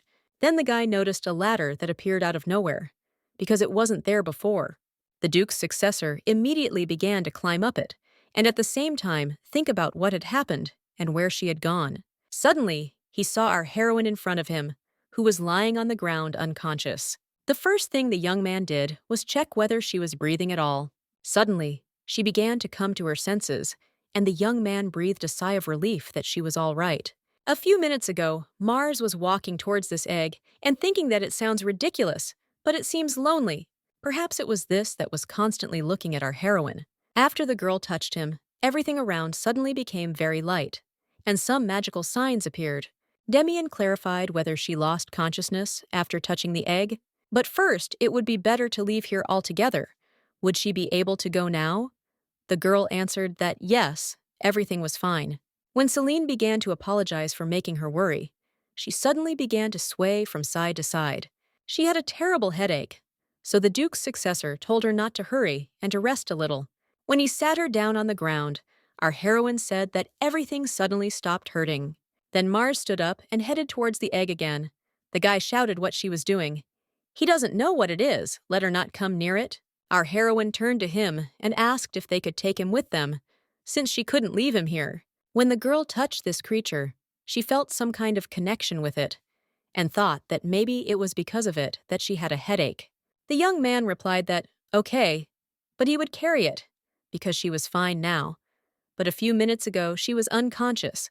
Let her concentrate on going down the stairs. Celine has not yet fully recovered, and if she trips, she can seriously damage herself and the egg. After some time, Jerome Fisher, who is the librarian of the academy, said that this is a connection, let him look in this book, because he found out two facts. First, the girl gets a headache when she is far from the egg. Secondly, it is believed that this is not a simple egg, but that of a magical creature. But he doesn't know what kind, exactly. As is known, magical creatures are spoken of only in ancient legends. The guy asked if she would get better if she destroyed the egg. The man replied that he didn't know. When the Duke's successor began to glare at him, the librarian said that he could only say that he didn't know, so there was no need to get angry. The connection is a pure animal instinct. It is how a magical creature chooses a parent. Since there have never been cases of a connection between a human and such a creature, he suggests not changing anything. When Demian asked him what he was talking about, the man replied that they say that if you destroy the cub of some magical creatures, a severe curse will be placed on the person. If it is one of these types, then the lady may suffer even more. It is known that this happens, for example, with dragons. In general, it is still unclear how the egg ended up at the top of the tower, and also got connected with Mars. The young man didn't know what to do with all this information, so he told the librarian to just leave. What other connection? What magical creature? It all sounds like complete absurdity. But what the man said really sounds more plausible than all the previous versions. When he went there for the first time, he didn't see any stairs at all, which means it really attracted Celine. I wonder why she was chosen out of all people. Since then, our heroine began a new life with Al. When she found out who he really was, she did not know what awaited her in the future, but it turned out that everything remained almost the same. With one exception, the girl began to eat twice as much as usual. It turns out that the egg replenishes the lack of nutrients through it, as the keeper Jerome said. It turns out that Mars, as his bonded partner, feeds him, like a parent feeds his child. Mr. Demian and the Duchess did everything to hush up this story, But it seems that rumors about this strange incident have already spread throughout high society. As a result, our heroine was allowed to return to the academy only after the professors were convinced that he was absolutely safe and not aggressive. Her friends asked her what she was holding in her hands. Was it really what everyone was talking about? The girl replied that it was not dangerous, so let them come and look. Suddenly, the egg began to shake, and Celine noted that he seemed to be in a good mood today. This means he is happy and will like it if they pet him. Claire was the first to approach hesitantly and began to touch this strange creature. Gradually, her friends, who had initially treated her with caution, became accustomed to her presence and began to treat her differently. Seeing an interesting outfit on him, the girls asked where she got it from. Our heroine answered that Bella sent it from her hometown. They say that he cannot maintain his body temperature on his own, so he needs to be kept warm. When asked if it was hard for her to carry it around with her all the time, Mars replied that she was afraid of breaking it, but she saw it as training. Russell appeared, who exclaimed that this was the same creation and rumors about how Celine was doing in general. Our heroine asked what he was doing at the academy. The guy replied that he had come on business, and that today he had brought materials for a meeting in the House of Lords. It is strange for Demian that he suddenly decided to become an assistant, and that he was given a room at the very top of the tower so that he could make the ascent every month.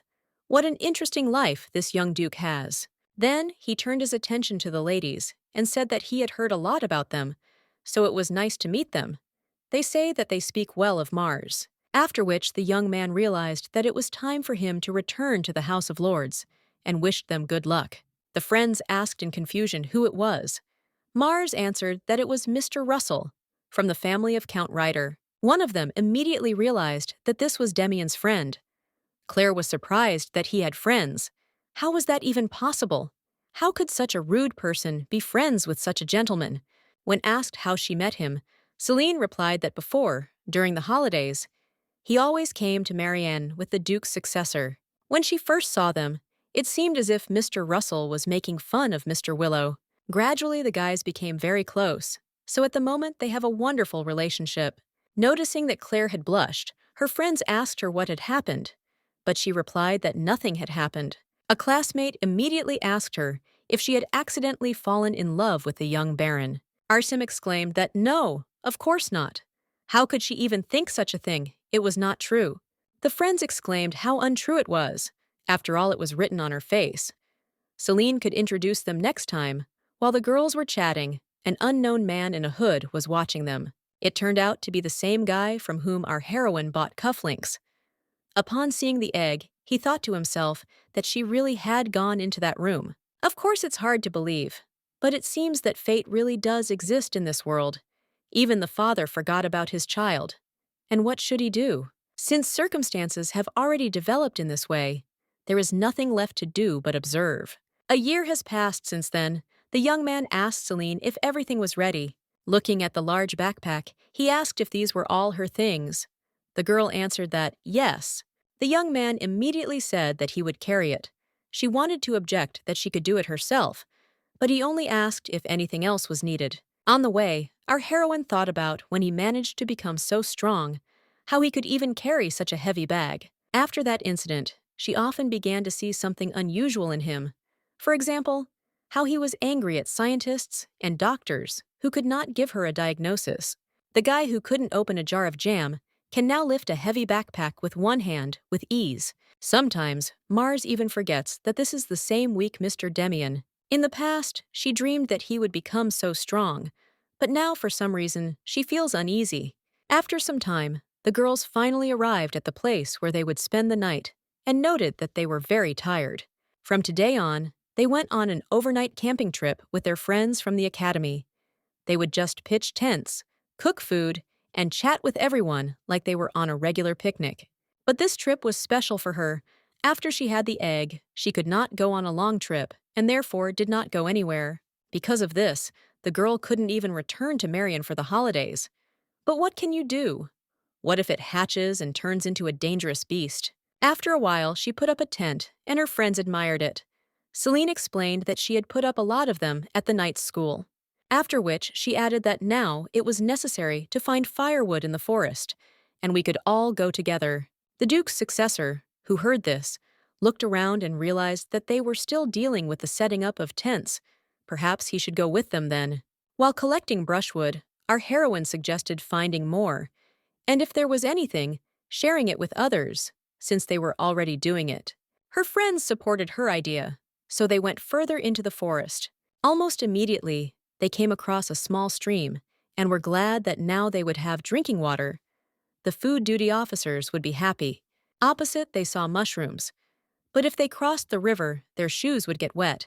But our heroine immediately began to take off her shoes, after which she told them to wait a little, and she herself went to the other side. The mushrooms turned out to be edible, so now they will have a lot of tasty food for dinner. Mars didn't know where to put them, but it would take too long to go back for the containers, so she decided to use the owl basket for this. Having finished collecting, Celine decided that this would be enough, then turned in the direction where she had placed the egg, but it was not there.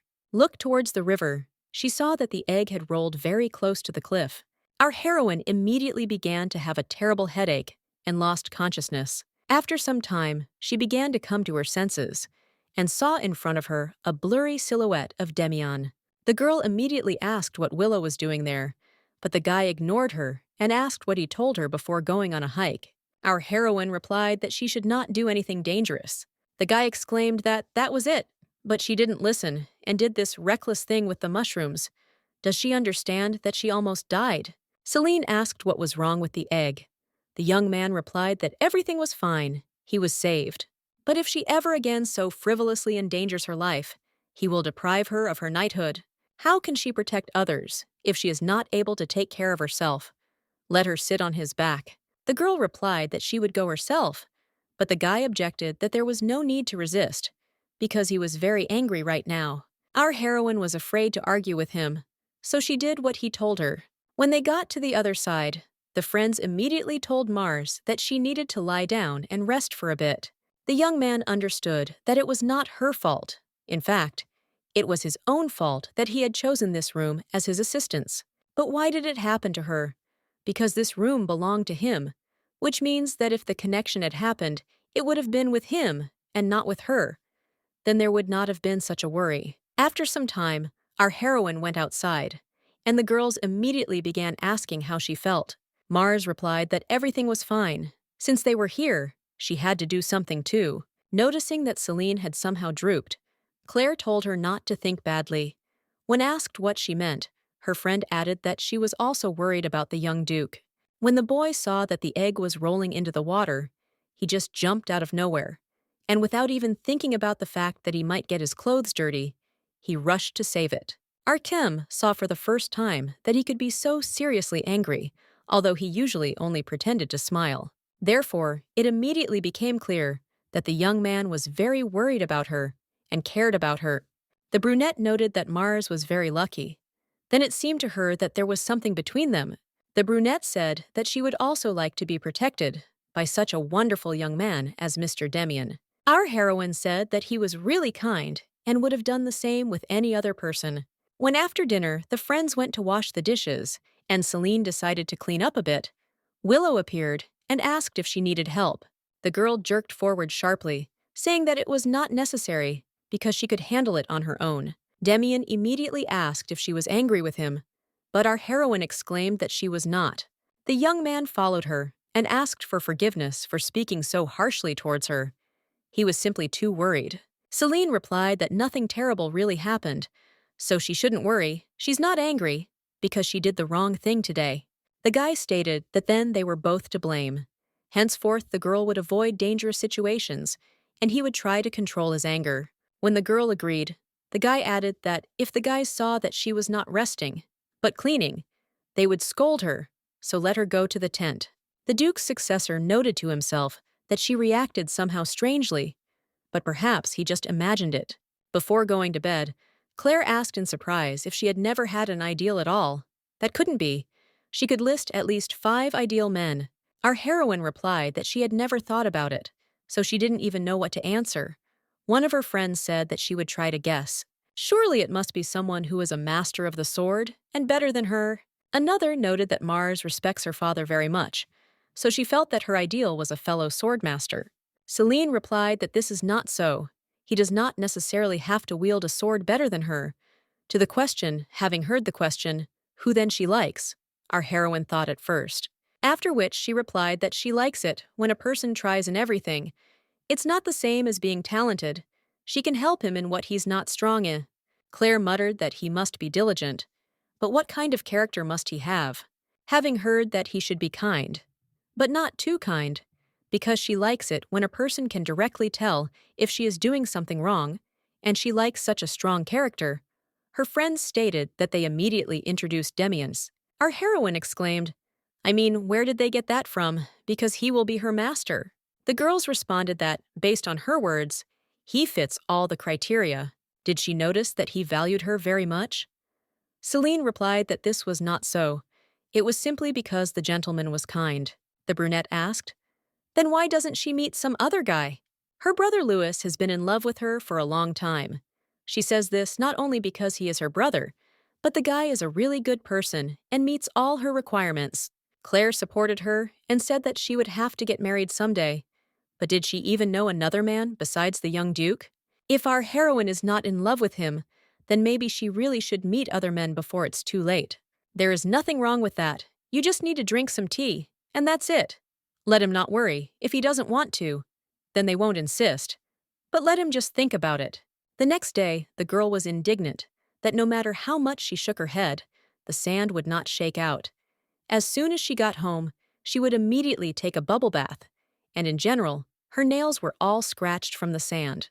The other one said that she was very tired, so she would sleep all day as soon as she returned. Suddenly, our heroine stopped her and said that she had decided to do what she had suggested yesterday. The girl was delighted and said that she would tell her brother about this a little later. Celine noted to herself that she had been thinking about this all night and decided that she should try something new to distract herself, because lately she had been thinking too much about the gentleman. Perhaps because she was with him all the time, she involuntarily began to behave strangely, plus to feel something strange. A week later, our heroine said that it was not worth trying so hard to dress her up. The maids objected that for a date, one must dress 10 times more beautifully than usual. Mars immediately asked, please, not to tell Demian about today. The maids exclaimed that of course there was no need to worry, let him go and have a good time. They noted to themselves that it was a great pity that such a lovely lady had never experienced true love, but now she was wearing such a beautiful dress that she would normally have refused. When she approached the meeting place, the man asked if she had an order. The girl replied that yes, it was probably registered to Mr. Louis Gardner. Upon hearing this name, the employee reported that the young man had already left. Celine exclaimed that this could not be but the man objected that he saw him leaving with the company and paying the bill. Perhaps she had mixed something up. Our heroine did not understand who he could leave with, because she was one of his company. But this is even for the best, because she did not want to come to him, and in general she came not because of interest, but because of Demian. Therefore, it is generally not nice to act like this towards him. Perhaps buy something tasty on the way home. She felt a little uncomfortable rummaging through her purse, so she wanted to put the egg on the ground. Suddenly, the voice of a young man was heard, who said that he could hold it, and that she should take it out calmly. A week ago, Russell asked until what point he would do this. The guy answered that until Celine finishes the academy. When asked if he recognized him, Ryder replied that yes, his name was Louis Gardner. It seems he had been courting Mars since the debutante ball. They said he was dating someone, but he couldn't think it was her. The young man also loves opera very much. They say he is simply in unbridled love for Rose Expo, the most popular opera singer.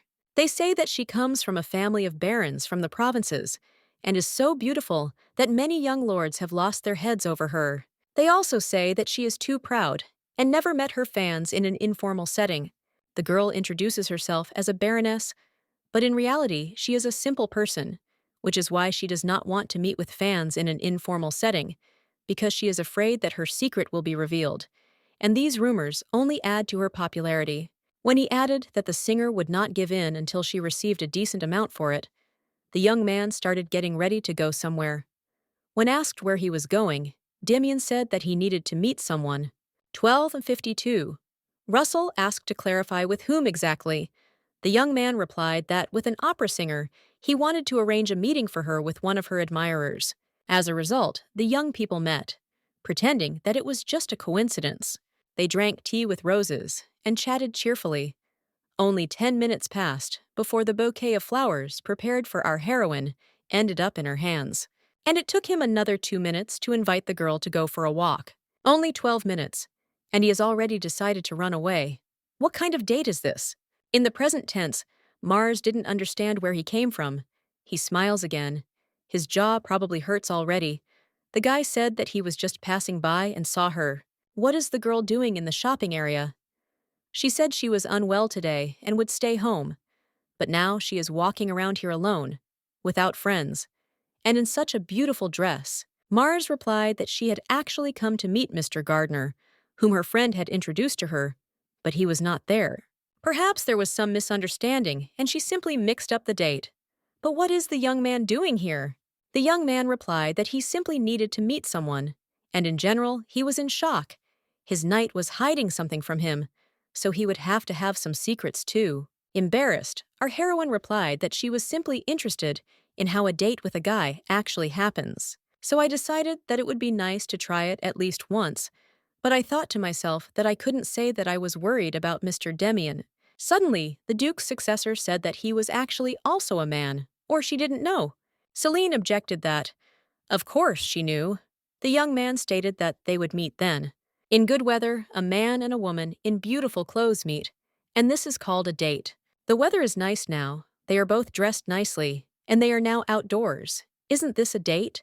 If something bothers her and she doesn't like the way he's dressed, then they can go to a clothing store right now, although he doesn't have any money with him. Mars was indignant, who even told him that, but she agreed to go. When they entered the boutique, the salesman said that the Duke had ordered a suit for the following month. But the guy replied that the thing was that his partner, with whom he was going on a date, did not like his clothes. The man noted that in his opinion, he looks great.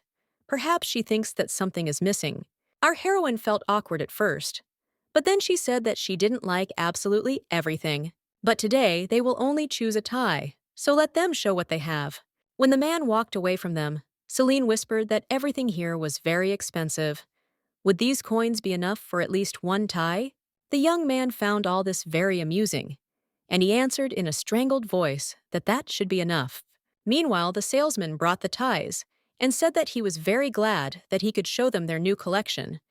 Damien asked how much they cost. The man explained that the top row was more expensive. The bottom row was cheaper.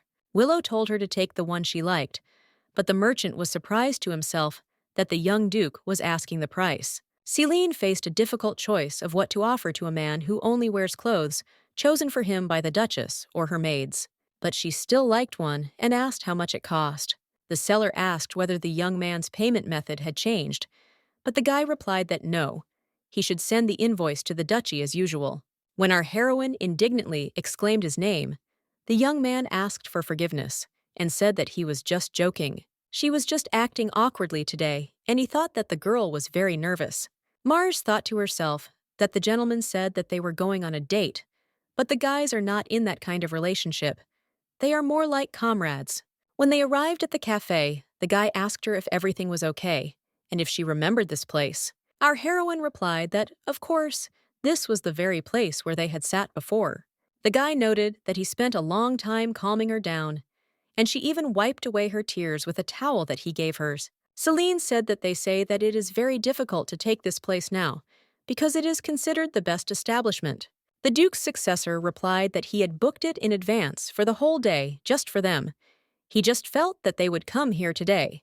The girl objected that they hadn't agreed to go somewhere together today, but the guy objected that something had simply prompted him to do so.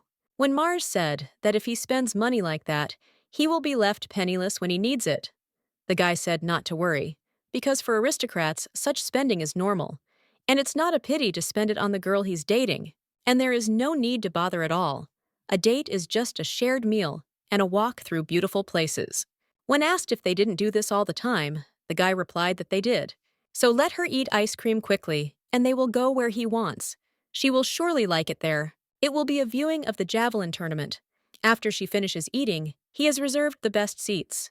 The girl objected that minors were not allowed there, unless accompanied by an escort, and the Duchess had left today.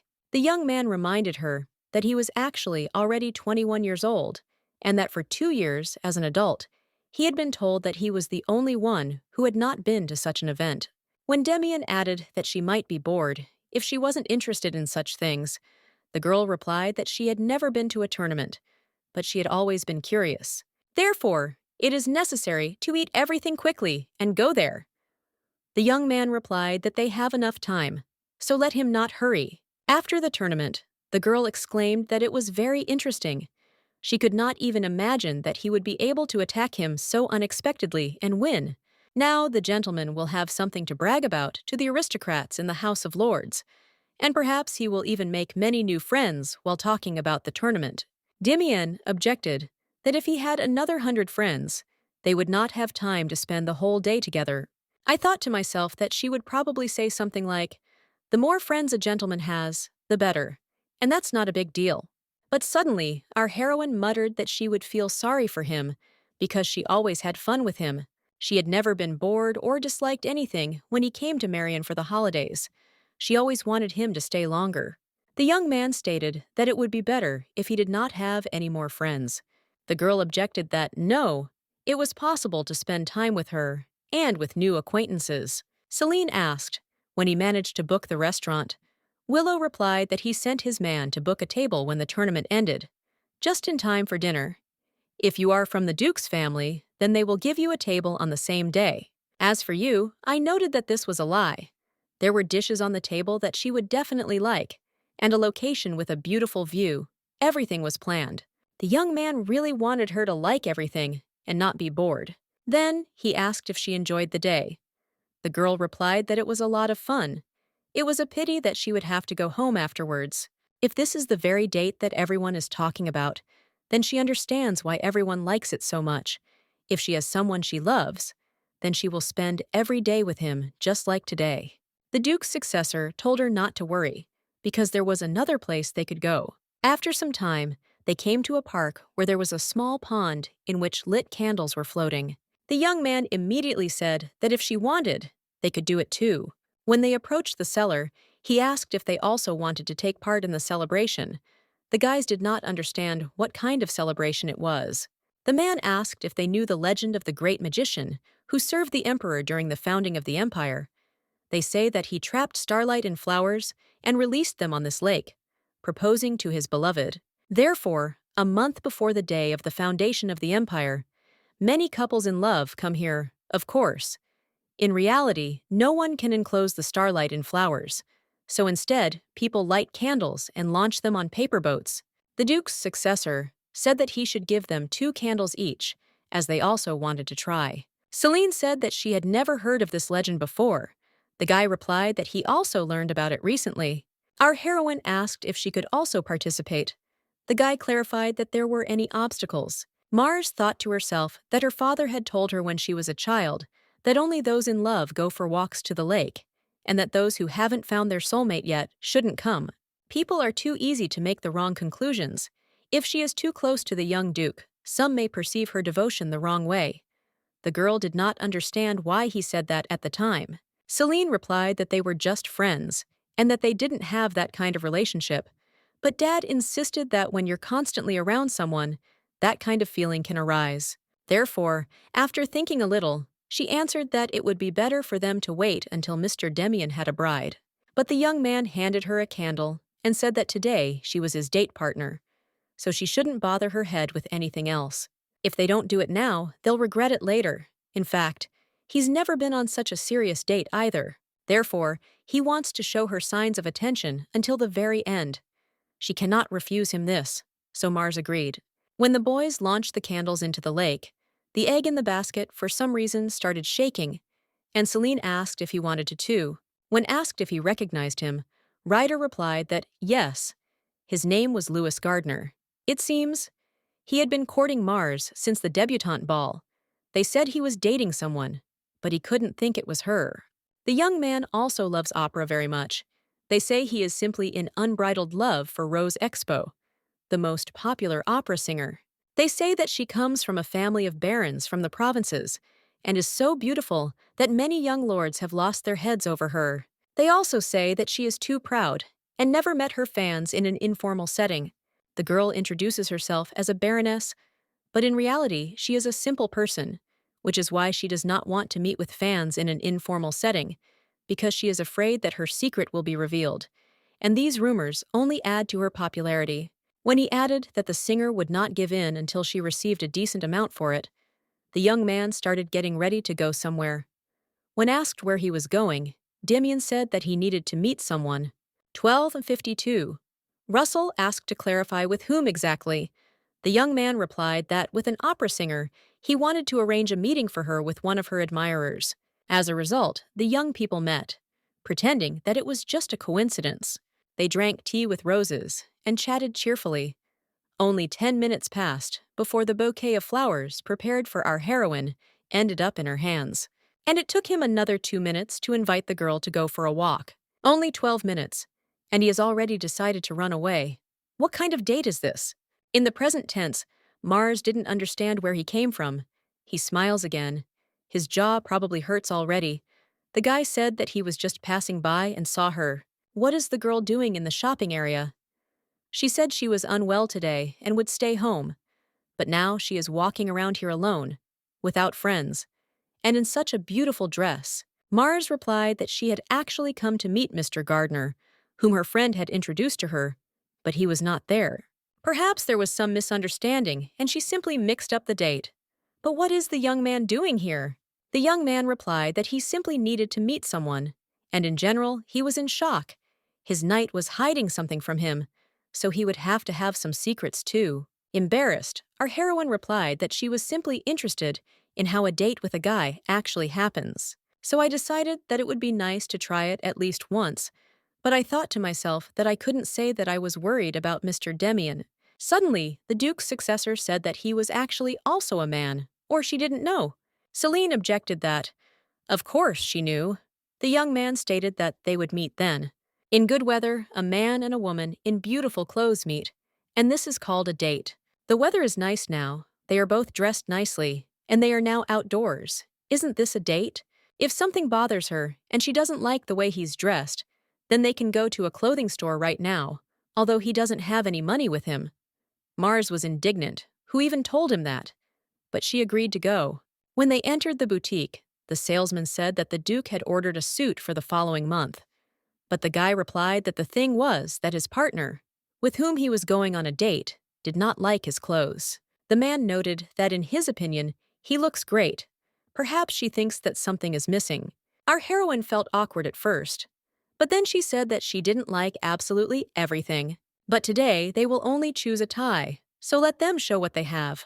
When the man walked away from them, Celine whispered that everything here was very expensive. Would these coins be enough for at least one tie? The young man found all this very amusing, and he answered in a strangled voice that that should be enough. Meanwhile, the salesman brought the ties and said that he was very glad that he could show them their new collection. Damien asked how much they cost. The man explained that the top row was more expensive. The bottom row was cheaper. Willow told her to take the one she liked, but the merchant was surprised to himself that the young Duke was asking the price. Celine faced a difficult choice of what to offer to a man who only wears clothes chosen for him by the Duchess or her maids. But she still liked one and asked how much it cost. The seller asked whether the young man's payment method had changed, but the guy replied that no, he should send the invoice to the duchy as usual. When our heroine indignantly exclaimed his name, the young man asked for forgiveness and said that he was just joking. She was just acting awkwardly today, and he thought that the girl was very nervous.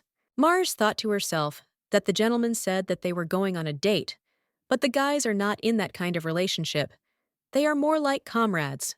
When they arrived at the cafe, the guy asked her if everything was okay, and if she remembered this place. Our heroine replied that, of course, this was the very place where they had sat before.